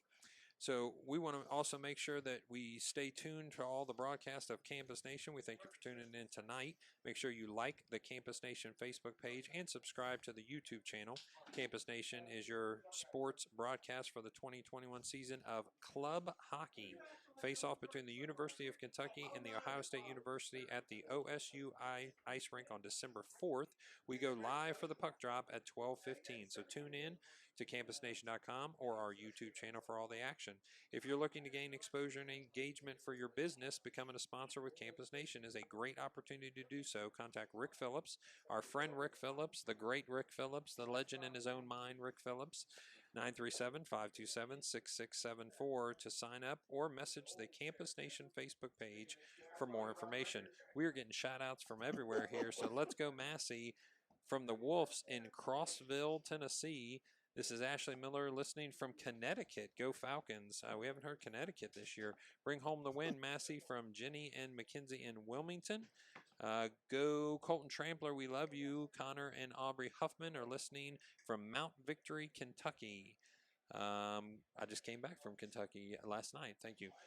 Go Falcons from senior cheerleader Isabella Gross is G-Mall calling from Springfield, Ohio. Mrs. Bailey is enjoying the time off and cheering on her former Massey students. So thank you, Shelley Bailey, for checking in. Go Falcons from Miss Ritter, also checking in from the elementary. The Brinks are listening from Oregonia, also checking in from the elementary. Rob and Lori Patton listening from St. Pete, Florida. Lizzie and Brody's grandparents. So we appreciate those Mutersball connected people. Watching on Spectrum, and their announcers are okay, but they sure love us too, Steve. How about that? That's awesome. We even tried to listen to your play calls and watch on mute, about a 7-second delay. So we appreciate those checking in at the Campus Nation Facebook page, campusnation.com, and Campus Nation YouTube channel. So Steve and Diane Canby cheering the Falcons on from home. Let's go Falcons. Come on, Clinton-Massie from the Hurleys in Franklin, Ohio, and a little bit of an update. Ursuline 15, Port Clinton 14 with 2 minutes left in the second quarter, which we'll see that one come to halftime here in just a moment. And the halftime here is going to be 14-7. We'll have about a 20-minute halftime as usual, and we're going to talk just for a little bit.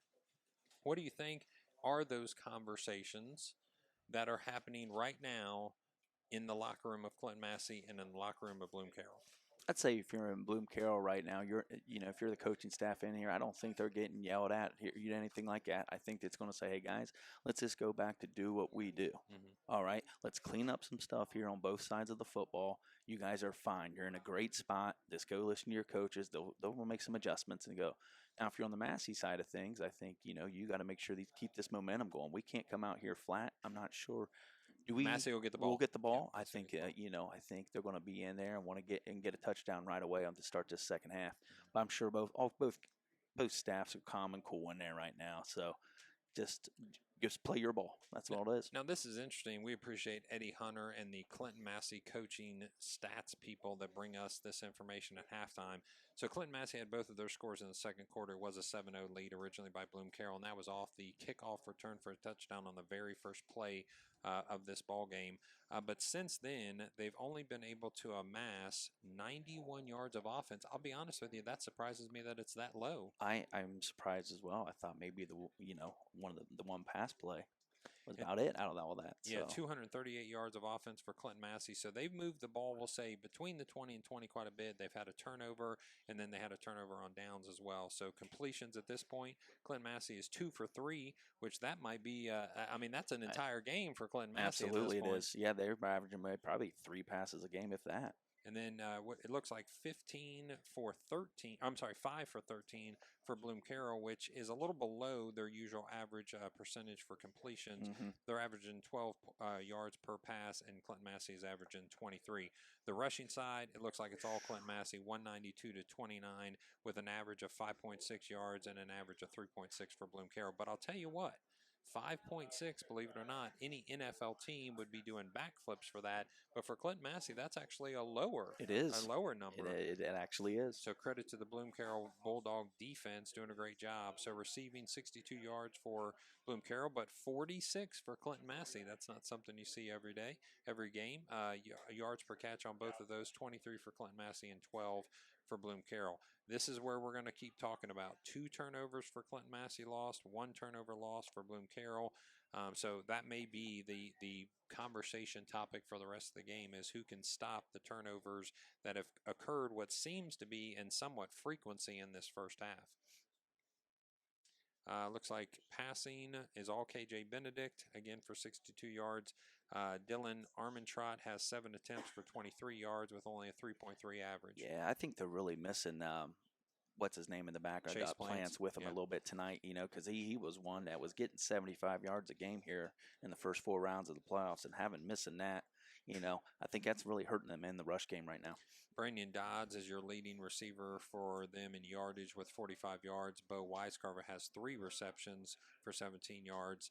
Dylan Armentrout, Brandon Totten, and Andrew Marshall have all had attempts thrown to them, but with no catches. Receiving for Clinton-Massie is Dawson Conley with 1 reception for 40 yards and 1 reception for Carter Frank for 6 yards. So the rushing attack is kind of what you would expect. This time it's Carter Frank because everybody keys on Van Hoos at this point. Carter Frank found that opening on the left side with the score. He's actually got 2 in the game.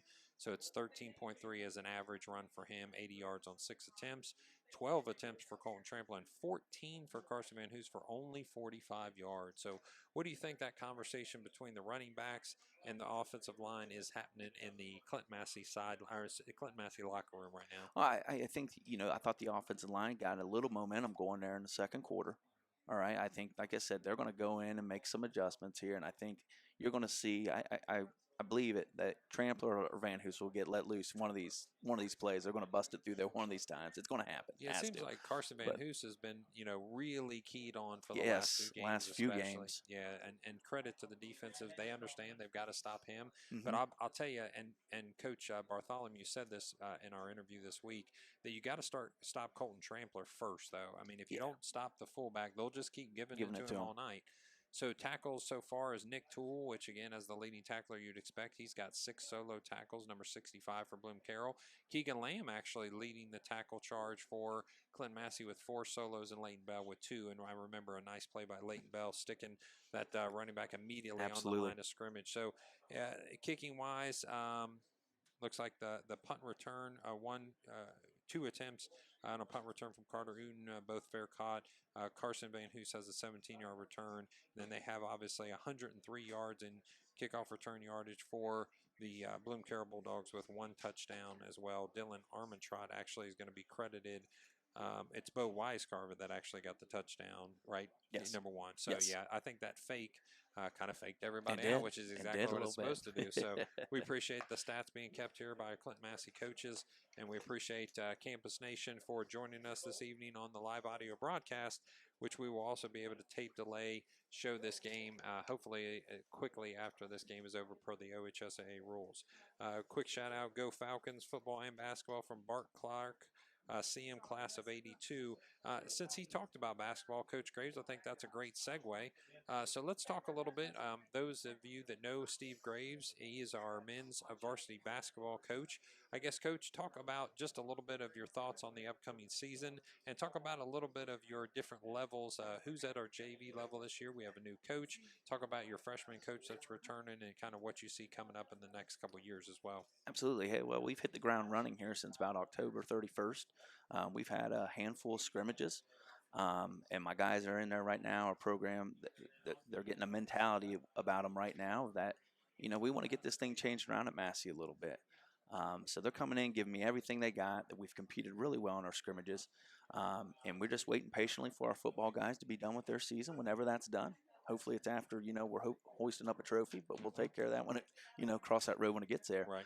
But as far as my staff goes, I still have Mike Craig coming back as my varsity assistant.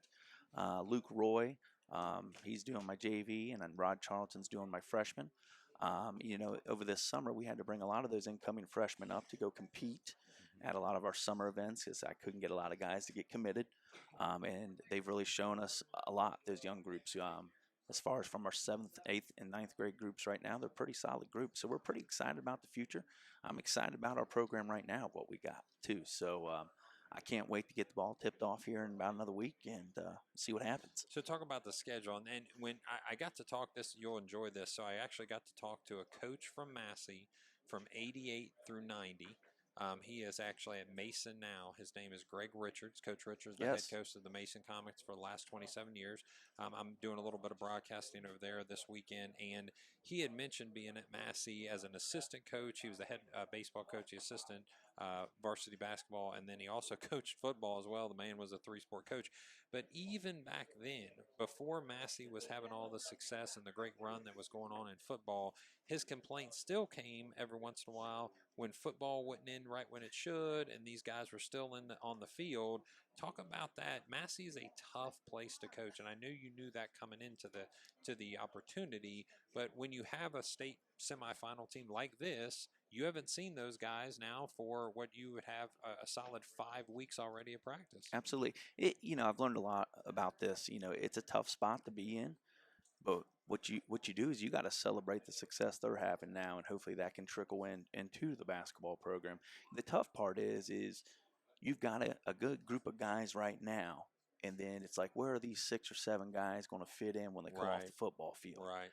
That's always a tough spot because they're just not going to be ready to be thrown out there right away, because we all know have played basketball is a different condition. You got to be in different shape, different conditioning, so it's going to take them some time to get in. But I've talked with my staff, and we're going to do a good job of just kind of slowly bringing them on. In fact, we're going to tip the ball off against Williamsburg for sure on Tuesday, December 7th, and no matter what the results are of tonight, obviously. But So you made some adjustments in the schedule so far. Did you move the Waynesville game? Waynesville's been moved. That Okay. was scheduled for tomorrow night. Okay. Hillsboro's been moved. And of course, we're still waiting for Wilmington. Would be next Friday. Obviously, a win here would push that game definitely back, because we'd be competing for a state title Gotcha. next week. So I can see that game being moved, and then we'd start with Williamsburg that following week. So And what do you think of the league? So the SBAC, basketball-wise, what do you see as the strengths of the SBAC league? SBAC league, it's a really great league. I mean, I found that out last year. You're going to have, I think, your front runners right now, obviously, until they get beat, is going to be Batavia and Western Brown. Mm-hmm. Batavia brings back 6'8" Wise Bolt kid. Yep. When you have that in basketball, Yep. you can do about anything you want with Especially in a smaller school division. Absolutely. Yeah, right. And then you Western Brown, of course, they had a great JV team last year that lost one game, and you got the Novak boys there that are both monsters. They're not bad. No, They're not bad at all. Right. I mean, so you take a couple 6'6" guys just walking through the door. Absolutely. So I think those two will be kind of the favorites, but we're going to try to get in there and compete as best we can to see if we can knock some teams off to get a little momentum early. And you said that you were able to have a couple scrimmages, and you're working with the guys you got. Who's kind of maybe showing themselves in these first couple of games that we'll have to have a conversation about sometime during the basketball, because we will be broadcasting Campus Nation basketball games as well. I got to give credit to big Luke Engelhard right now. He's really transformed his body in the off season as far as getting conditioned and working out really well right now. And he's coming in, has looked really good in some scrimmages. He's probably our biggest guy on the team. I got to give, shout out to Connor Stoles, is doing a really good job right now of just leading by example with our guys. And of course, Alex Jones decided to come back out. He's a great vocal leader. Good. So we've got a good little mix there right now. And we got a couple sophomores we're playing up right now. Ryan Dillon, Miles Thiegy, Jerry Trout. They're getting some minutes. So, and I can't forget my guy. I know he's out there listening. My boy Goldie Muterspaw too. So. Oh, Goldie, we appreciate all the efforts from the guys that are willing to grind while these football guys are still playing. So we appreciate Coach Graves joining us tonight in the broadcast, sharing a couple thoughts. And like I said, Campus Nation is going to broadcast some Clinton-Massie basketball games. I'm looking forward to seeing Coach Graves on the sideline along with the rest of his staff and some of these players that are excited to get that hard court culture changed just a little bit. If you were to give one word, one kind of mentality that you want to see develop in your players, what would it be? I'm big on passion. Passion. You just show me some passion out on that court. You know what I mean? I don't care what the score is. Right. You show me a love and a passion for what you're doing out there, for your school, for your teammates, for the program. I can accept that. Right. All right. But if you don't have any passion in anything you do, then, I mean, what good is it? Right. You know? What's the old Because that's saying? the way I coach. I coach with a lot of passion. Right. If people hadn't seen me, I wear my emotions on my sleeve a lot. Fiery. So, We'll say fiery. Absolutely. Yeah, absolutely. So, if my guys can be just passionate about practice, about how we handle things, we'll get rewarded in the end. Well, that actually, again, a great segue. Unplanned is exactly what the coach of Bloom-Carroll said, that he wants relentless effort. And to me, that is showing your passion in effort, basically. Absolutely. Relentless effort. It's part of the pillars when he talks about 4 pillars. Relentless effort. He wants to see gang tackling. He doesn't need necessarily the biggest kids. He wants to see the kids that are willing to just push and push and push as hard as they possibly can in order to, kind of bridle that energy and point it in the right direction. And we talk about that daily. I mean, ours is tough, passionate together are kind of our 3 pillars. And, you know, we right now it's just a mentality with our guys of how you handle practices, games, and just everything, school, outside of school. It's a mentality, and until you find it, you know, we may struggle a little bit. But I think most of the guys are buying in right now, which is huge. And we'll see once we get these football guys here. So Yeah, we wish you nothing but I'm luck. excited. Yeah, the rest of the year for the season. Hopefully, it's a great one for Clinton-Massie basketball, as it has been so far for Clinton-Massie football. So, with halftime waning here at about 4.5 minutes, we're going to step away from the mics for just a second. We'll be back with you in just a couple minutes to start the second half of play.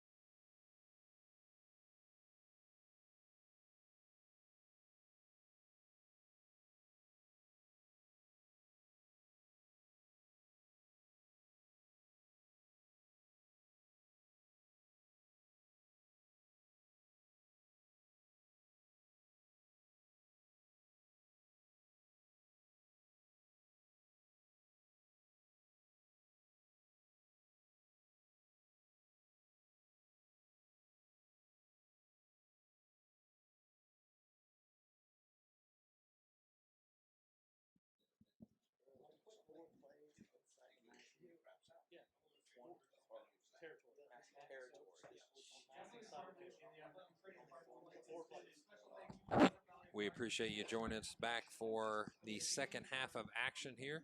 So Clinton-Massie is going to receive the ball. We're about 2:40 left for this halftime to expire.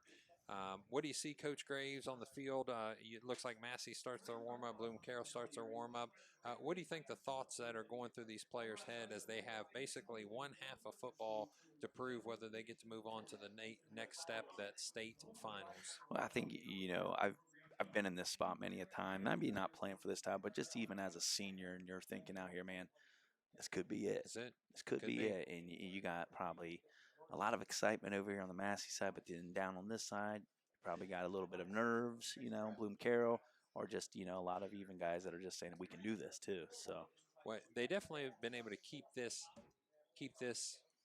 close, and I know that some of the Massey scores at halftime are a little bit struggle for the opposing team, but 14-7, I think, like you said, going into halftime, that they like where they're at. They feel comfortable down by a score. Massey's going to get the ball. If they can make a stop here, especially a 3-and-out, flip the field, then they're going to come back and try to tie this thing up immediately. yeah, I agree. Like I said, I'm no Tony Romo or anything up here, but I feel like Bloom-Carroll's going to come out and throw the ball a little bit more even from now.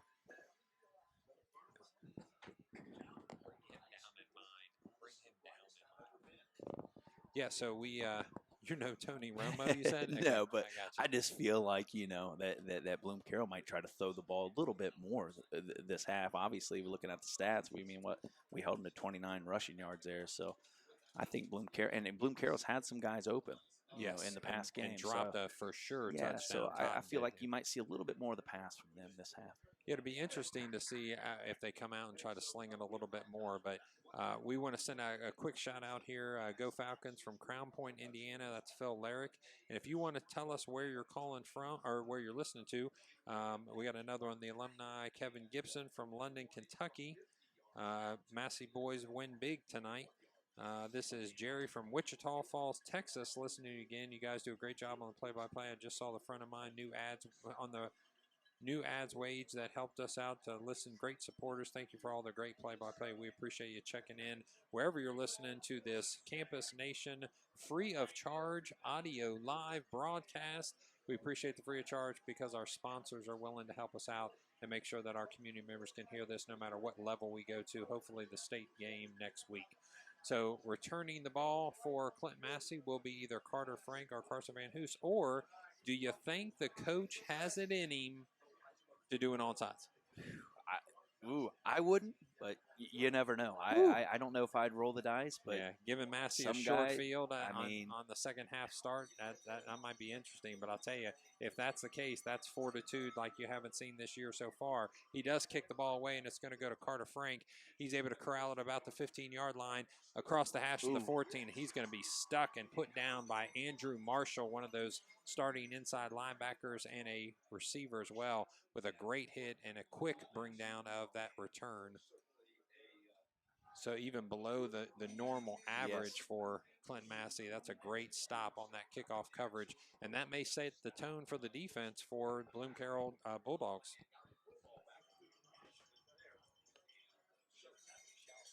Clinton-Massie sets up, shifts one of their linemen to the right-hand side. The snap goes to Carson Van Hoos. The overload on the left. He finds an opening back to the left-hand side. Oh, what a block! With a block. What a left-hand block! side, 40, 45, 50, 50, 45, and he trips and goes down at the 35-yard line. Goodness. Clinton-Massie with a first down run, and Cody Zantini with an absolute clock clinger block. Oh, my gosh, what an unbelievable hit he put on that Bloom-Carroll defender. I didn't see what number the defender was. Carson Van Hoos was stopped on a run to the right-hand side. He comes back, cuts across the green to the left-hand side. There's two defenders barreling down on him, and Cody Zantini sticks his right shoulder into somebody's chest and knocked him over. So Cody Zantini sprang that ball loose for about a 45-yard run there. So now it's going to be at the 35-yard line. Carter Frank gets the ball this time on the left-hand side, finds an opening, gets about a 4, maybe 5-yard with an extra push there at the end. Owen Trick finishing off that block for a good first down run of 2nd and now 5. Absolutely. Great push there on the left side. behind old Garrett Vance. What an McCoy there, opening. but man, Ooh, you wow. couldn't ask for a better start, man. Wow, that's unbelievable. So as the emotions are riding high for the Clinton-Massie Falcons, ball security has to be on their mind. Garrett Vance switches over to the right-hand side, so that's overload right in a wishbone backfield. The snap goes from Cody Zantini to Carson Van Hoos. Carson Van Hoos is met immediately and brought down with no gain or maybe a yard at best, so it's going to be 3rd and 4. So it seems like every time Carson Van Hoos gets the ball, they know it's going to him. They know it's coming. So with the keys on him, they're counting on Carter Franks to get the carries, hopefully, in the second half, as he did in the last couple games. That's exactly what Carter Frank did. He stepped up when needed and had a 157-yard rushing the other night. And took the majority of the carries because they were keying so heavy on Carson Van Hoos. So the snap will go from the 29-yard line, headed into the north end zone. Wishbone backfield. Snap goes to Carter Frank, left-hand side. He's going to be right at about the line to gain. They're going to call it 4th down and about a half a yard. So 4th down. No, actually, they're going to call it 4th down and about a yard. Yeah, so it's going to be 4th down and a yard. You know that you're going for it at this point, and who do you think they're going to call the bell for? Oh, I think you're going Colton Trampler here, but as you can see, the adjustment Massey's made is they're going with that heavy set now. They're bringing Garrett Vance over on that right side a lot with Lex Russell out there. So you've seen the adjustment that Massey's made already, going with a lot of these heavy sets with just the one tight end on the side. Huge play for the Bloom-Carroll defense if they can stop this on the opening drive of the second half. Colton Trampler bowls ahead and is able to get the first down by a good 4 yards. So it's going to be movement of chains for the Falcons. Clinton-Massie is going to reset 1st down, and it looks like they're going to set it at the 22-yard line. So Clinton-Massie continues to help this drive along with a hard push up front, and Colton Trampler finishing the job. Great job by Frisch and old Lex Russell there on that left side, getting a great push for Colton Trampler to go up behind there. Congrats great job, to Lex Russell coming out his senior year and doing a great job coming into the lineup there, especially in the double tight formation. So Dawson Conley's your tight end to the left. A balance line this time goes to, no, I'm sorry, it's actually unbalanced right. 2 in the backfield. The ball goes to Colton Trampler. They stretch the defense just a little bit, and he finds an opening, almost a wide open lane on the right-hand side. So what do you think about that formation? They've only put 2 running backs in the backfield. It's an offset I, a slot to the right. Is that just to stretch the defense out a little bit? I believe so, yeah, and I think it gets whoever the running back is a faster approach on the linebackers at second level. Yeah, so far both of those plays have went to Colton Trampler. So this time they're going to go with their traditional double tight wishbone backfield. Cody Zantini goes under center, snaps the ball to Carson Van Hoos. Carson Van Hoos finds an opening right-hand side, makes one person miss. This time he's actually pushed by his own lineman, and they continue to push the pile down to the 7-yard line. So initially stopped. There we go. And the entire pile got pushed, but there's going to be a okay, he jumps up. You got him fired up now. That crowd really loved that. Yeah, it's Garrett Vance showing some emotion there. Oh, here we go, Falcons. Lex Russell decides whether he wants to stay They're on the staying field. Big package. They're going to stay big package. They are going with this. What a great adjustment by the Falcons. Coming onto the field is number 3, Carter Belpler for the Bloom-Carroll Bulldogs. So Clinton-Massie starting this second half on a long drive so far. They got the ball at about the 22-yard line. They're now resting that ball at the 7-yard line. So Clinton-Massie sets up on the right-hand hash. Wishbone backfield, 2 tight ends, Dawson Conley on the right, Lex Russell, as you said, on the left-hand side. Cody Zantini taking a few extra seconds, calls the tap, goes to Carson Van Hoos. He finds an opening on the right-hand side and gets about a yard or so, so it's going to be 2nd down, and it looks like goal from the 5. Yeah, 2nd and goal from the 5. Oh, yeah, I think you're going to see hopefully a good little steady blast of just that, what they call that little blast play right there, right or left side. Should be the...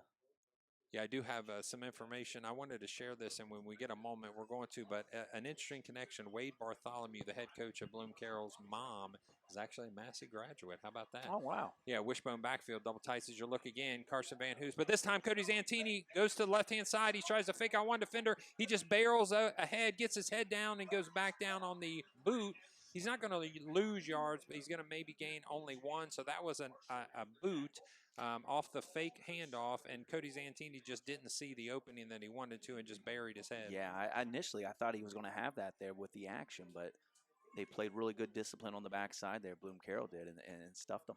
Yeah, Coach did tell me that his mom and kind of that whole mom side family graduated from Clinton-Massie. His cousin is Drew Fry, a very famous he was a player for big-time us, player, yeah, wasn't he? and a state championship in track. Split backfield. Carson Van Hoos, Bump no it. opening. He gets caught immediately, and Number he's going to be 1. drugged down. So that 3rd down attempt is going to go nowhere for the Clinton-Massie Falcons. Great play there by Weisgarver, coming up from the safety spot even. Totten Getting right again. through. He also had a nice play on Yeah, he that. did. So it looks like they're going to go ahead and set a tee and go for, right in the middle of the field, they're going to go for a kick from the 12-yard line. So this is going to be a 22-yard attempt. The first field goal was a miss, which we couldn't really tell why it was a miss. This time the kick is up, Yeah.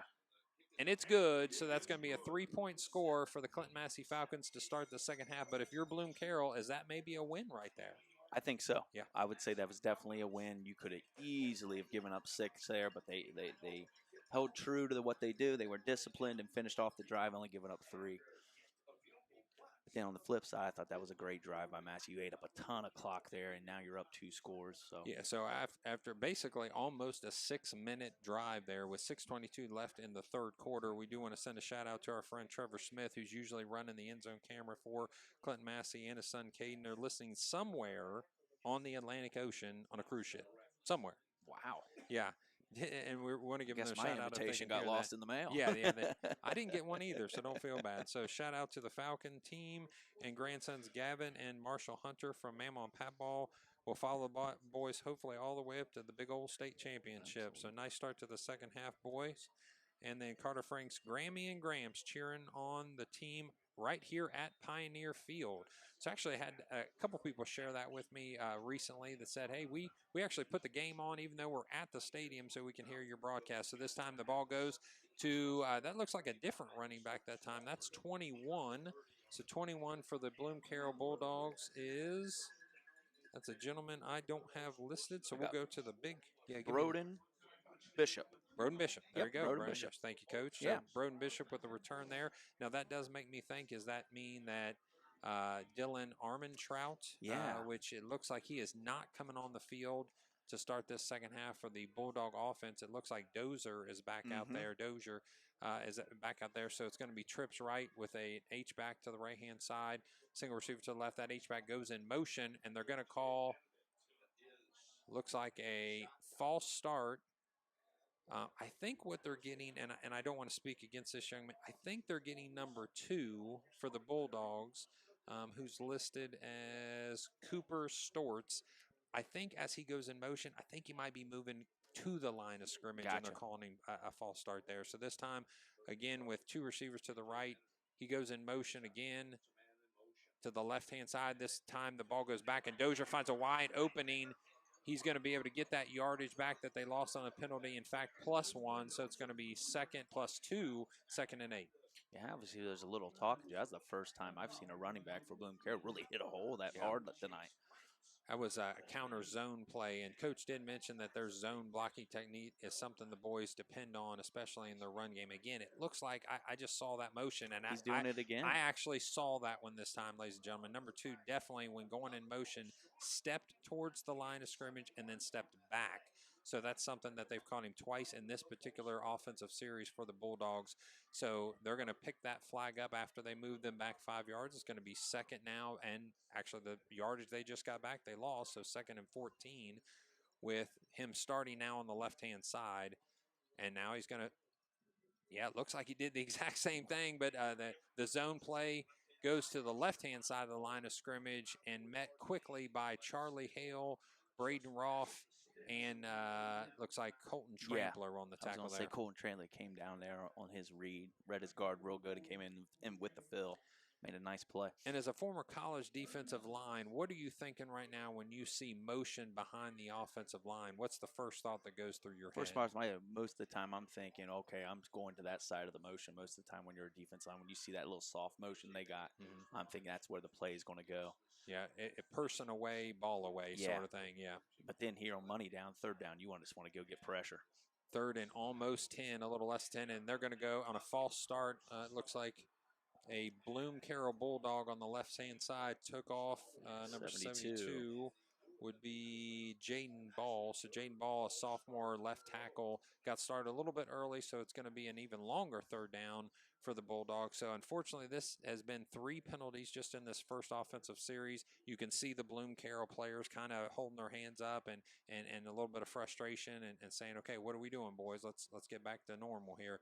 2 receivers to the right, that's Totten and Weisgarver. Taking One a long receiver time to the left would be Dodds on the left-hand side. So they are eating up a lot of clock. The play clock goes down to 4.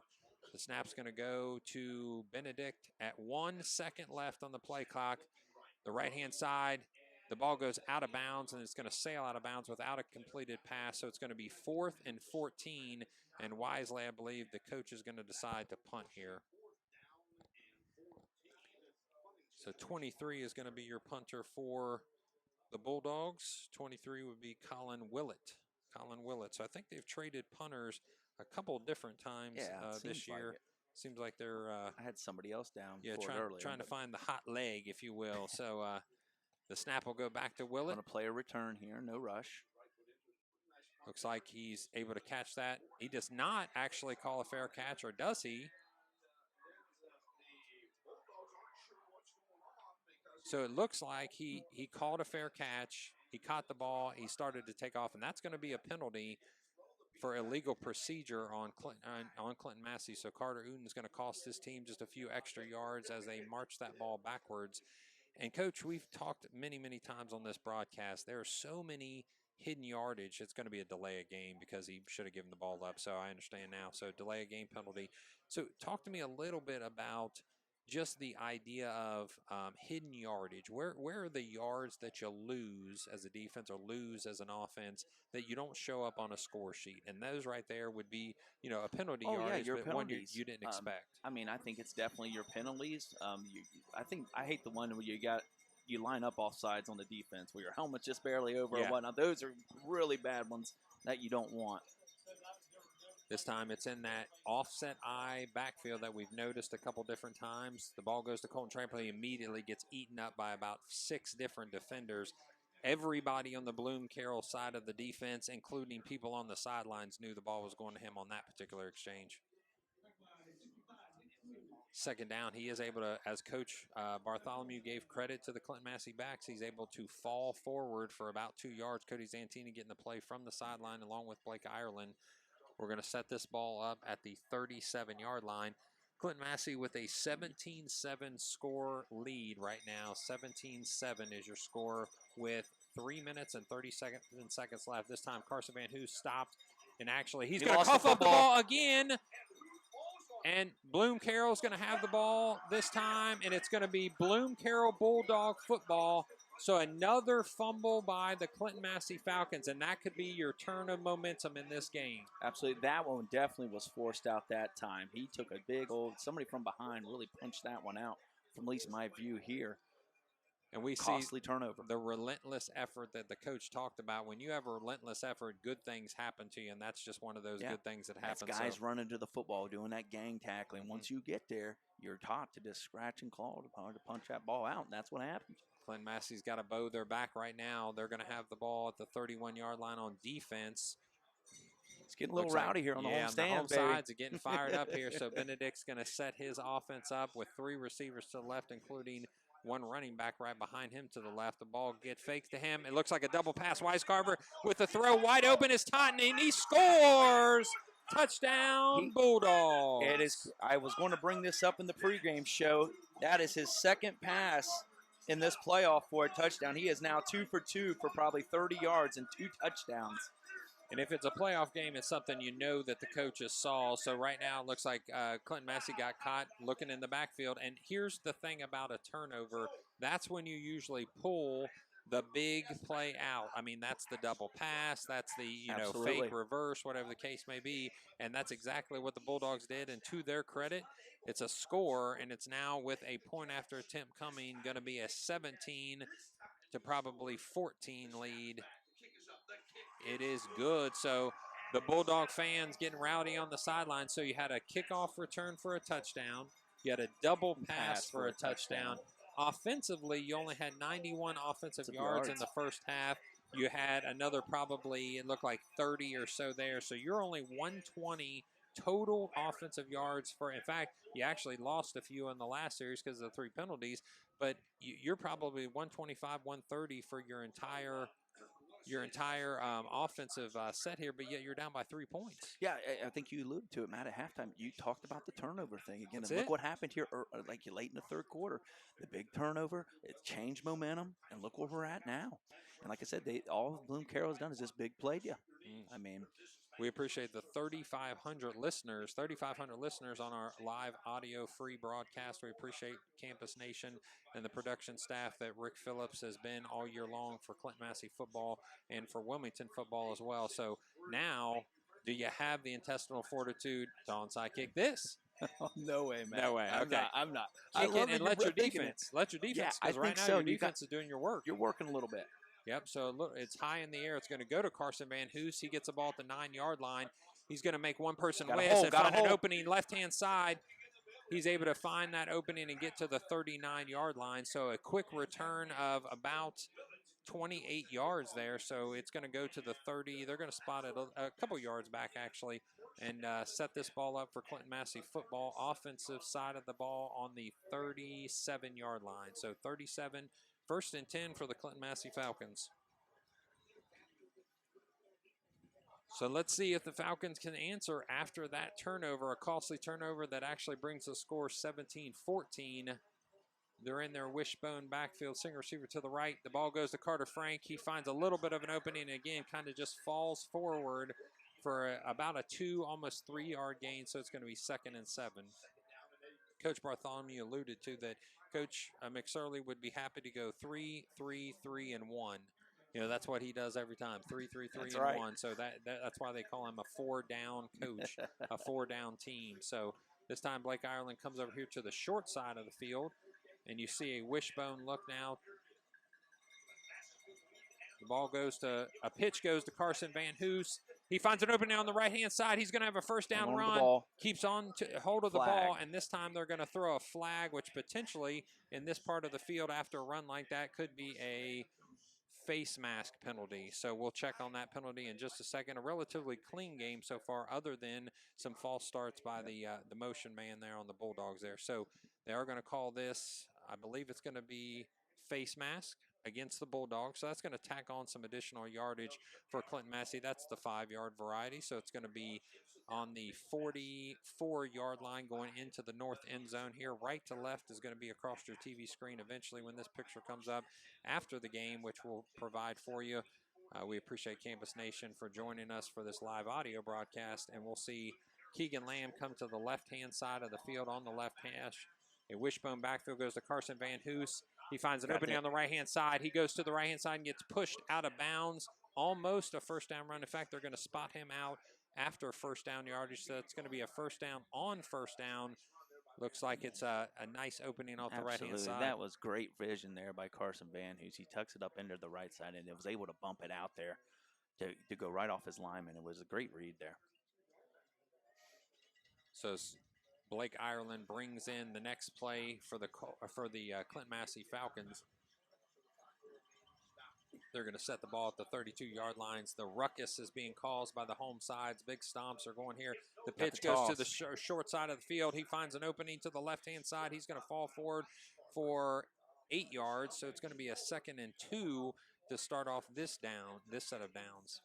Great pull kick out there by McCoy. Yes, McCoy did a great job there on that pitch. He got out there, kicked out the corner. That's twice I've seen him. Yes, twice him drive his defender out into the sideline. So they like a little something they see on the boundary side toss play, which is not in the repertoire on a regular basis. So this time the wide side of the field will be to the offensive left.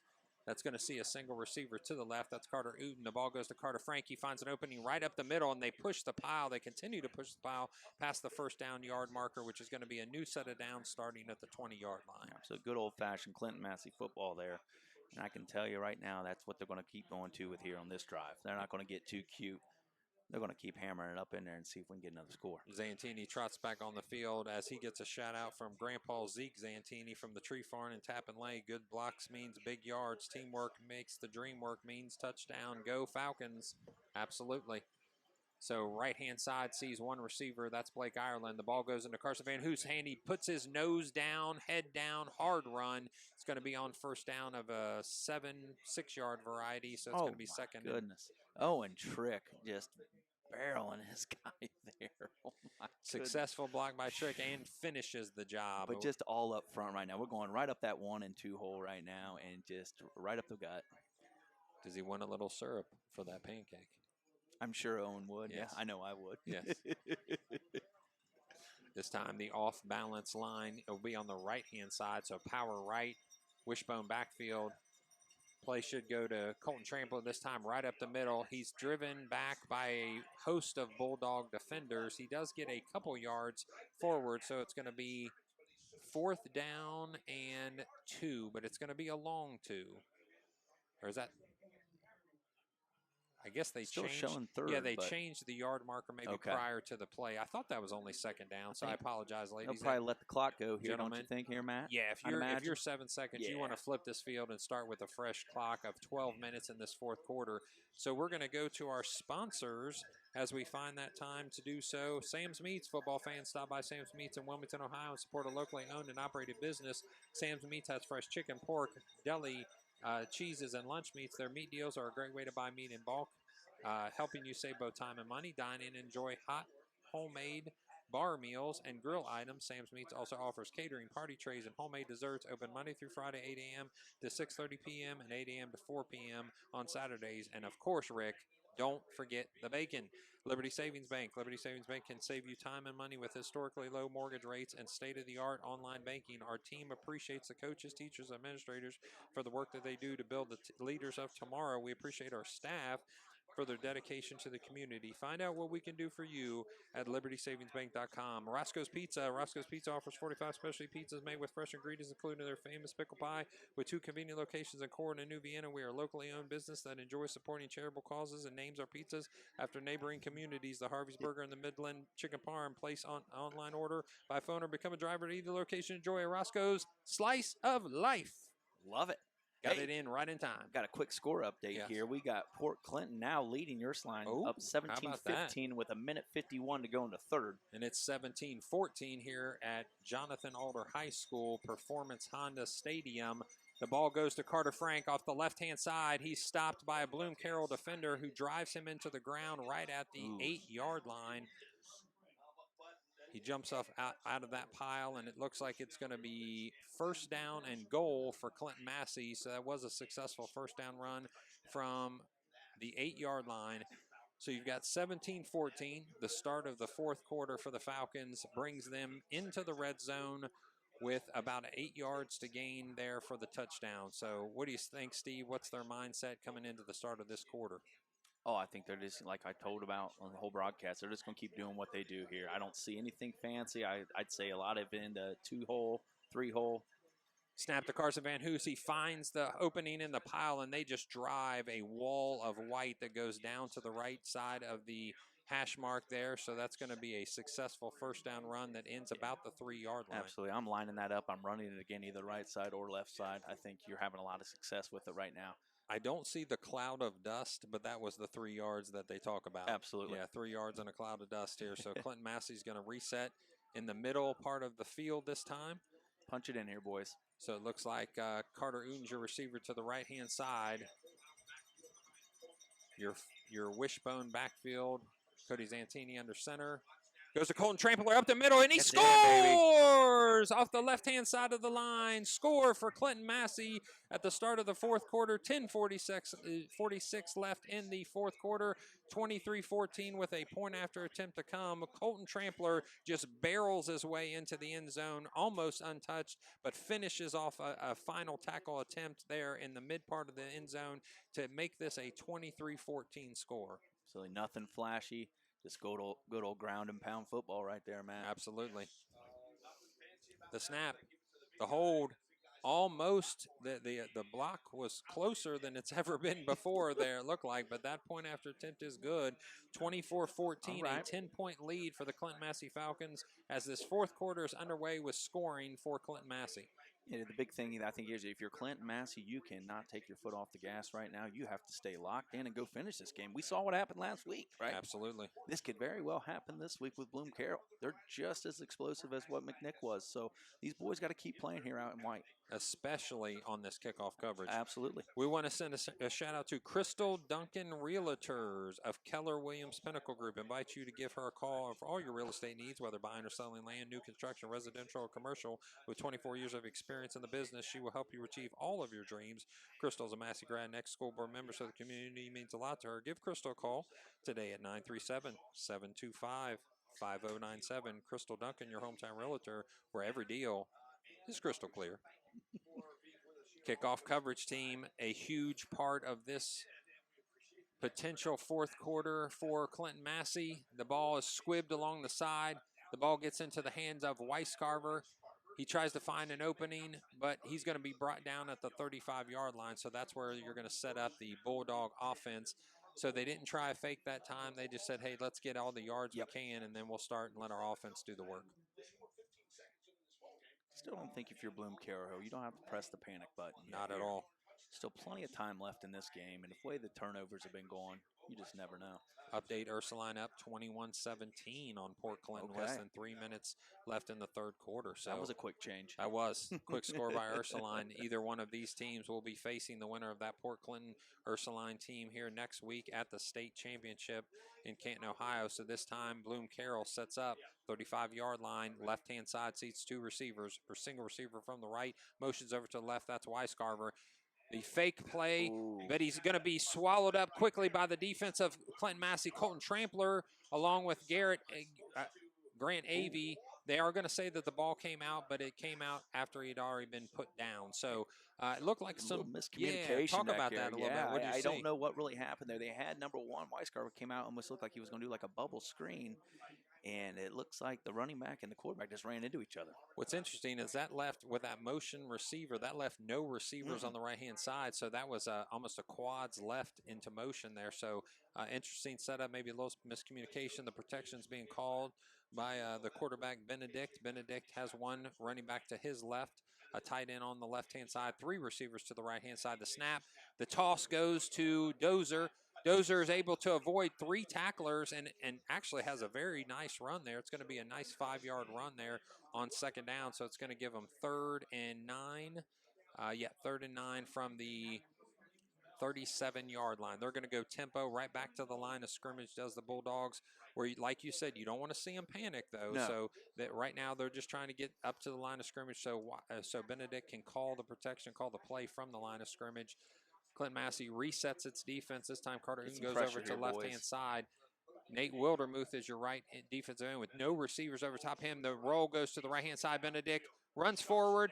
Catch goes, but it's out of bounds. So Dodds put his hand on it, but it's going to be out of bounds. That's going to bring up a 4th down and 9 from the 37-yard line. So wisely, the coach is going to go ahead with 9:09 left in the fourth quarter. They think, you know what, we'll get the defense to get a quick 3 and out. We'll get our offense back on the field and get 10 points to tie this ball game. Great call here by Coach Bartholomew. I mean, this is what they've hung their hat on the last 2 years is their defense. Right? Yep. So he's got a lot of confidence in them right now. They're going to get the ball back, hopefully flip the field here, so we'll see. Do you have the intestinal fortitude for the fake? No, you don't. You're going to kick it, and the ball's going to go over the head. Yep. I think at this point, Massey's decided that we'll go ahead and eat up. In fact, yardage is our friend. Yes. We'll just go ahead and take as many yards as possible. If we can continue to move the chains, go ahead and kick it to the 30-yard line, and we'll just drive it 70 instead of 60. There, Matt. Yeah. Absolutely. We'll see Clinton-Massie setting up on the, looks like the 34-yard line. So this could be a determining drive. So last week we saw Clinton-Massie start the second half with an 8-minute drive. An 8-minute drive. I mean, that just, you talk about grind and grind and grind and ground and pound. And I mean, when you're eating up almost, basically 3/4 or 75% of a quarter on one single drive, that's just, or 66% of the quarter on one single drive, that's amazing.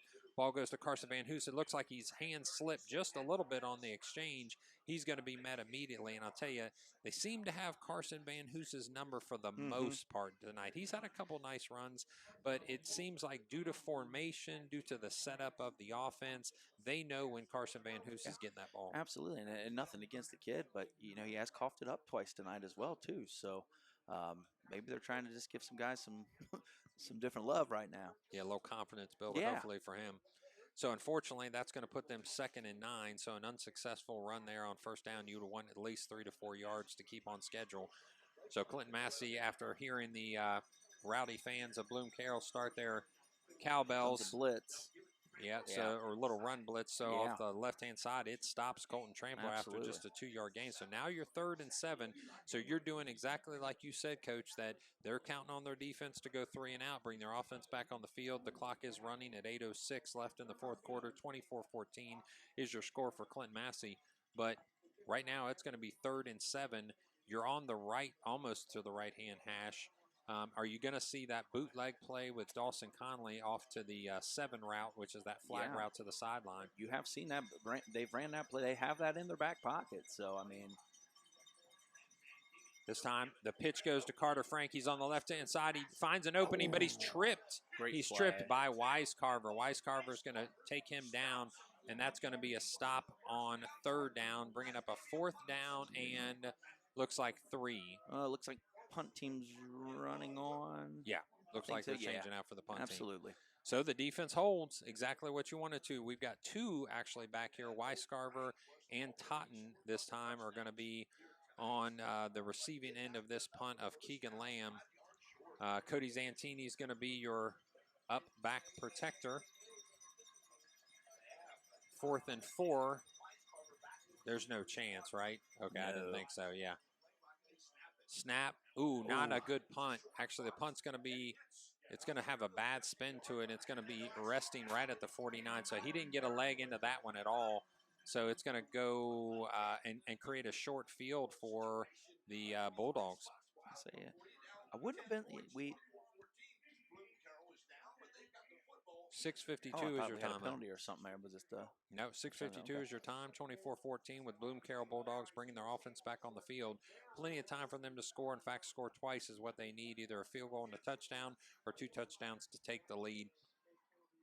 6:52, I said. Massie needs to avoid the big play here. They just need to make them keep lining up right now. Yeah, time is not to the benefit of the Bulldogs. So the jet sweep goes off to the left-hand side. Great play. Keegan Lamb again. Keegan Lamb comes up and makes a play. Your leading tackler out of the first half, I believe. Yes, so, yeah, he's now adding to his tackle score or total there. So off the left-hand side, that jet sweep doesn't find a lot of room, a 2-yard gain. So it's going to be 2nd and 8 as the Bulldogs set up at the 47-yard line. 3 receivers will go to the right.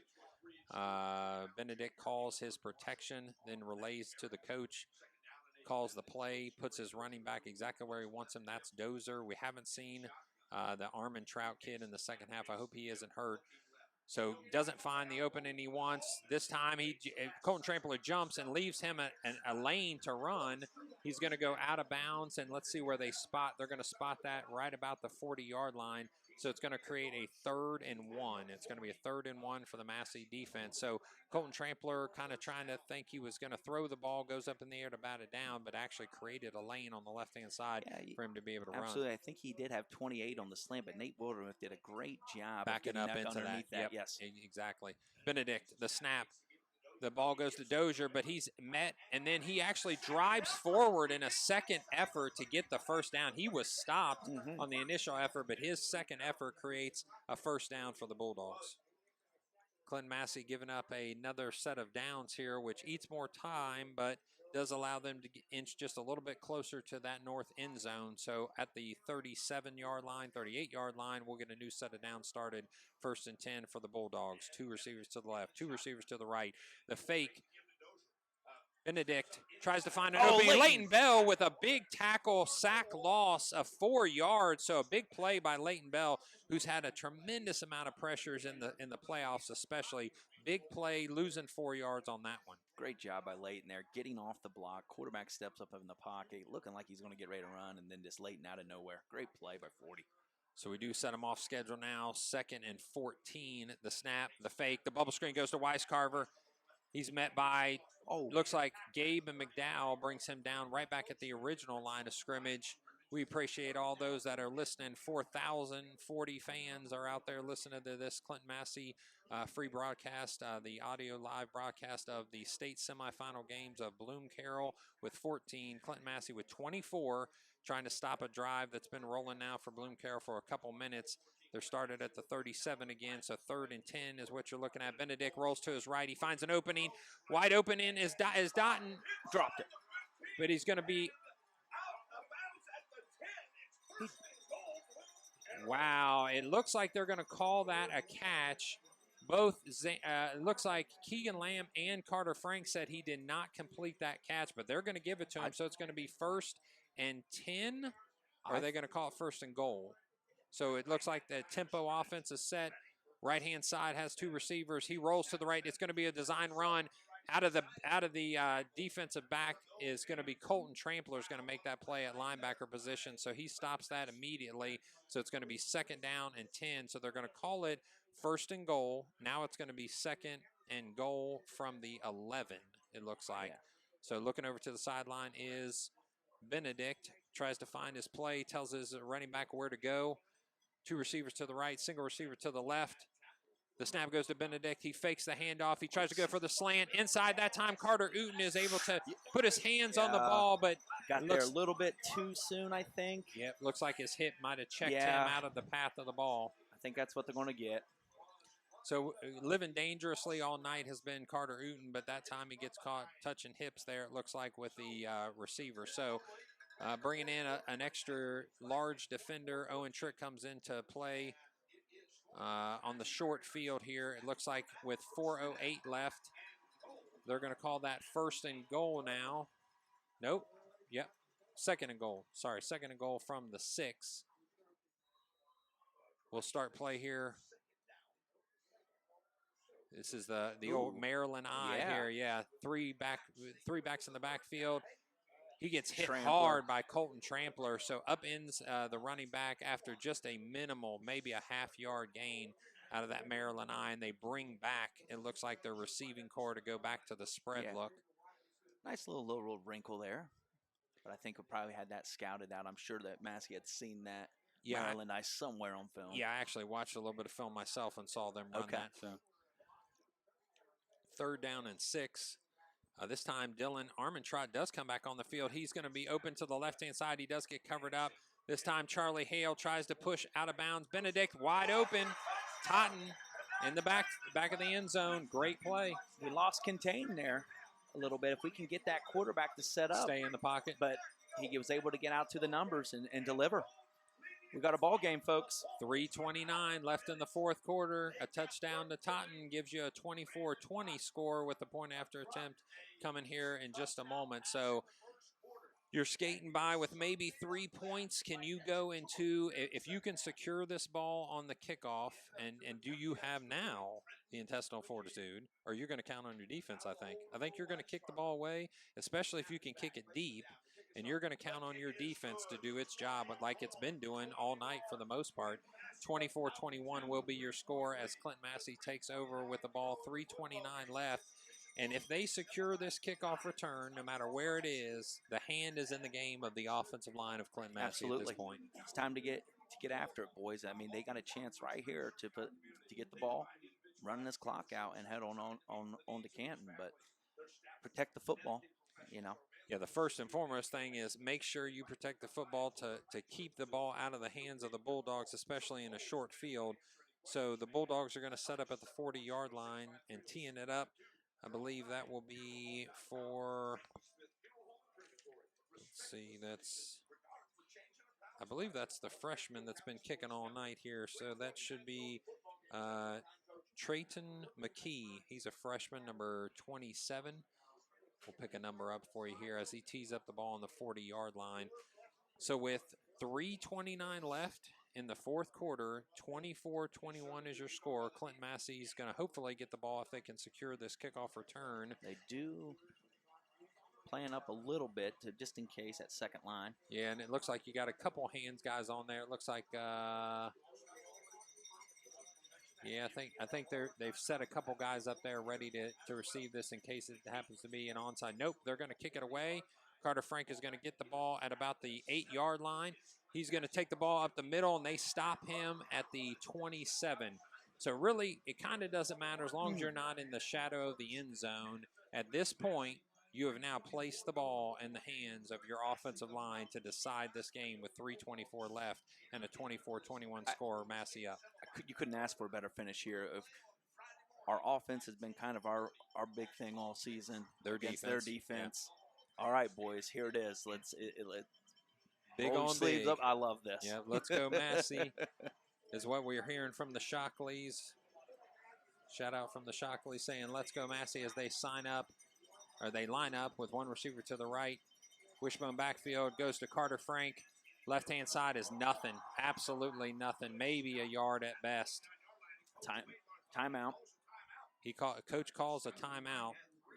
Lets the referee know he's not happy that it didn't get called a little bit sooner. So 3:18 is your first stoppage of play. One timeout down now is Bloom-Carroll. They'll go ahead and start this back up in just a second. And while we have a moment, let's finish our sponsors. The Bin Boss. The Bin Boss, proud to support the Clinton-Massie Falcons. We clean, sanitize, and disinfect garbage bins so they look and smell brand new. Based in Lebanon, Ohio, and family owned. We work with homeowners associations, and municipalities. Our system uses 220-degree water at high pressure with eco-friendly cleaners to remove grime and bacteria.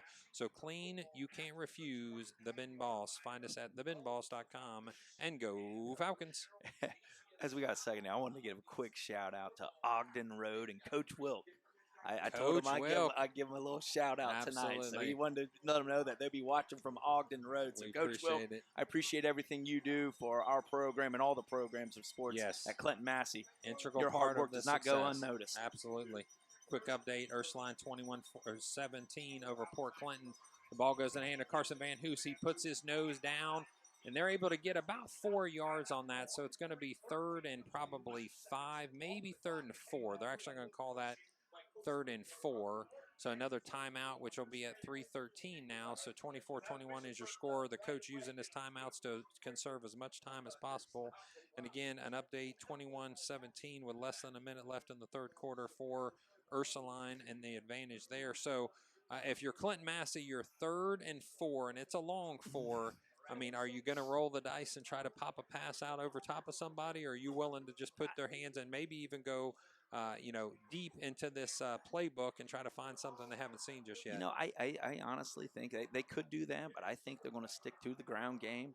And I wouldn't be surprised if you see old Riverboat Dan, if it's about 4th and 1 or 4th and inches, go for it to put this game out of reach. We talk about it. That's big. He's done it before. I think history has shown he's done big plays like that before. So I'd be curious to see what they get here, though, obviously. You can feel the press box shaking as the Bloom-Carroll fans come alive and the sidelines jumping up and down. 3rd down, double tights. Cody Zantini calls a play from the line of scrimmage. He tries to get him to jump off sides. Goes to Carson Van Hoos. He falls down. No gain, so it's going to be 4th down. Yeah, it's going to be 4th down, and you're going to have to punt. So just like you've expected them to do all year long, your defense decides this game for you if you're Bloom-Carroll. So Clinton-Massie with no gain on that play. And look, as you said, Coach McSorley's talking about it just a little bit, but he does bring his offense off to the sideline, and it looks like we're going to try to punt this. It almost looked like he kind of slipped on that last play, too. Like he was already falling down before he got to, you know what I mean? It was going so fast. He didn't get a good hard right step in. You're correct. So it looks like Totten and Weiscarver are back. Fake! It's a fake! And Blake Ireland fumbles the football and gives the ball up to Bloom-Carroll into So it looks like Blake Ireland on the fake fumbles the football, and the ball is going to go to Bloom-Carroll at the 32-yard line, 33-yard line. So the gamble does not work by Coach McSorley. He does make a big call right there, but unfortunately it goes against the Falcons. And Blake Ireland is needed on defense, so you're going to have to see if he has to come out or not. Bloom-Carroll, with all the momentum in the world, in order to make this play, this game, basically, the state championship drive right Absolutely, here. This is a it is. state championship This is drive. it. This is it. Clinton-Massie with a tough call on 4th down, going for the fake. Weiscarver on the left-hand side, the jet sweep. He goes out of bounds to stop the clock. 2:20 is what's left on the clock with 24-21 as your score. I can't believe that call. McSorley, and like you said, he is a riverboat gambler, but unfortunately comes up short on that and gives the Bulldogs a very short field to work with. I know they're wanting to maybe save somebody, but if I'm Massey, I wouldn't mind using a timeout here to settle the troops down a little bit. Yeah. If so need again, be. Weiscarver, he wants to run to the left-hand side because he sees an opening. Now he's out of bounds, though. He's out of bounds. They're going to stop him at the 10-yard line. Actually, they're going to let him come all the way down to the 8. So Clinton-Massie is going to have to bow the back here. 24-21 is your score. 2:14 left. Clinton-Massie has got to have an answer right now to the rolling tide of Bloom-Carroll Bulldog football, and right now they just don't have it. So they're going to set this time at the 8-yard line on the left-hand hash. Benedict sets his running back to the right, 2 receivers to the right. The snap goes to the running back, Dozer. He finds an opening in the middle, but the ball's going to be on the ground. I think this side judge is saying he was down. They're calling him down. They're going to call that down, yes. Oh. So they did walk away. Oh, no, no, they called it. They called a fumble for Clinton-Massie and a return. Fumble on the Bulldogs and a return. The ball goes back to Clinton-Massie. Clinton-Massie first down in the shadow of the end zone. So what a tremendous change of events here. Coming up with a big, I believe Leighton Bell possibly got that fumble recovery, but now a totally dejected Bloom-Carroll sideline brings their defense back onto the field. A complete flip-flop of emotion. Clinton-Massie goes from almost being scored on now to having an opportunity with 2 minutes left to potentially put this game out of reach by just simply driving the ball. Successful first down attempts. That's all they need. They're going to actually start on the 3-yard line, so you got to watch for the safety here. You'd expect to go to Colton Trampler. He's met immediately. But he drives his legs to at least get 3 yards on that play. They're going to keep the ball in bounds, so the clock is going to run. There is 1 timeout left still. Good run on there. The sideline. A great run after being initially hit immediately as he got the ball from Cody Zantini. Colton Trampler pushes that pile another 4 yards. So 1:43 left. The clock is running against the Bulldogs right now. 24-21 is your score. And I'm surprised. I guess he's keeping this in the back pocket in case they are able to get a first down and then stop the clock.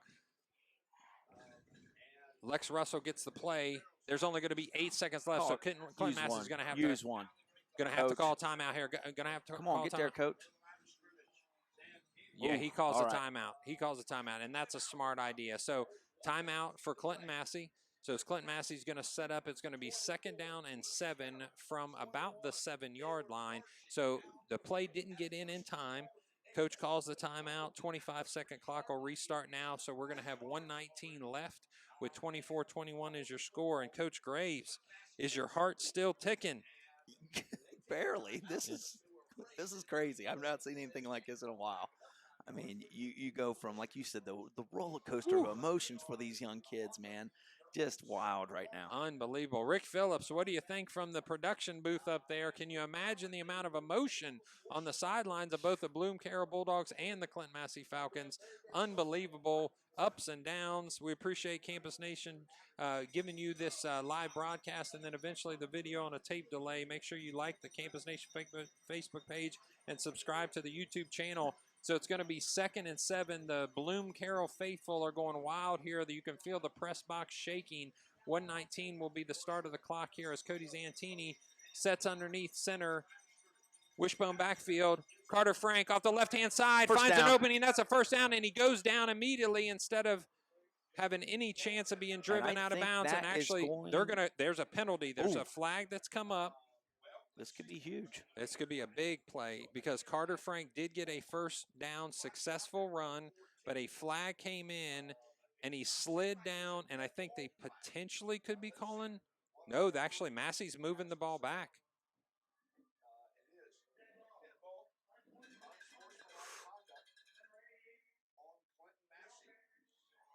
Wow, that's a huge, huge penalty. So what's been a relatively clean game for Clinton-Massie puts the ball back at the 8-yard line. So for some reason they called one of our tight ends, Lex Russell, for a penalty after the play had been completed. And it looks like Massey is able to snap the ball, take it down. They are going to have 1:07 left as the clock ticks, with the Bloom-Carroll Bulldogs still have a timeout on their sideline there. So it looks like 1 minute is what you have left. 24-21 is your score for Clinton-Massie. It's going to be 2nd down and 10 still, since were in the victory formation there.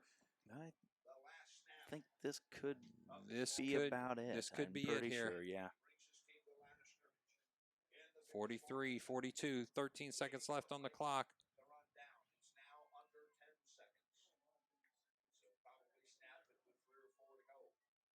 He's going to take a knee.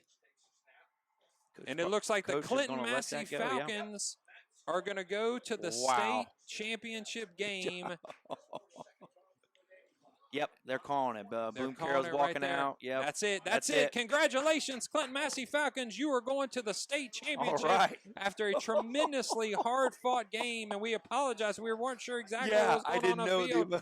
Unbelievable. So it looks like they're going to let that clock run out. It looks like 24-21 will be your final score as they line up here at the 50-yard line. Congratulations to Coach McSorley and the Falcons, able to overcome that last little snafu on the fake punt to keep the game under control with a fumble recovery on the 3-yard line to seal the game after a couple runs. They were able to get a first down. He immediately goes down to keep the clock running, and then we see him take the victory formation. Oh man, but unbelievable. This is awesome. This is awesome. Like, I'm getting my first taste of what it's like now to go to a state finals to Canton, and I'm beyond excited for these boys, man. This is great stuff. So you know what's funny is you would call this an ugly looking game. Absolutely. I mean, from both sides, to be truthful with you, it was an ugly looking game. You had multiple turnovers. You had some penalties, especially at the end. You had some opportunities that were missed. And wouldn't you know, Clinton-Massie sticks to their guns, does exactly what you said they do. They are who you thought they were, and they were able to get those last couple scores by grinding it in. 24-21 is your score. Unbelievable job by Clinton-Massie that is moving on to a state championship opportunity at Canton next week, and we're going to see if we can catch a score here in just a second. We're going to try to get you a Port Clinton score, and as we do that, we have a couple stats. Coach Graves, why don't you tell us a little bit about how this game ended on the stat sheet? All right, you're looking at total offense here in the game. Clinton-Massie went for 397 to Bloom-Carroll's 207. So Clinton-Massie was averaging over 5.8 yards per play. In the passing game, Clinton-Massie finished with their 46 to Bloom-Carroll's 129.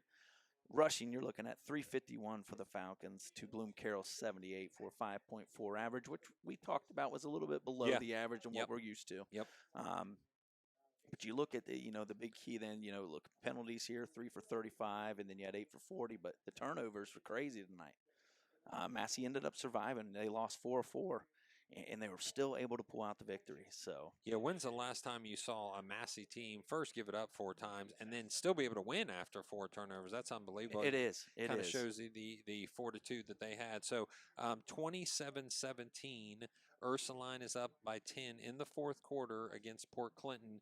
So, could be a change of events here, but it looks like possibly a very, very tough Ursuline team, maybe meeting the Clinton-Massie Falcons in Canton for the Division IV state championship next week. Yeah. So after, you could see Coach McSorley on the field with his team gathered around him, and he's kind of pumping them up, catching them up here on what his thoughts are after this game. Just an absolutely roller coaster ride for us in the press box, for everybody on the field. Absolutely unbelievable. So just a few stats from some of the individuals here. It looks like Carson Van Hoos had 27 attempts for 143 yards, so a 5.3 average. So that second half definitely worked out better for him. Carter Frank, 15 attempts for 119 yards, a 7.9 average and 2 scores. Colton Trampler, 19 for 67 yards and 3.5. So you don't see that. You don't see Colton Trampler with only 3.5 left. And we are going to actually take a second, and I apologize here.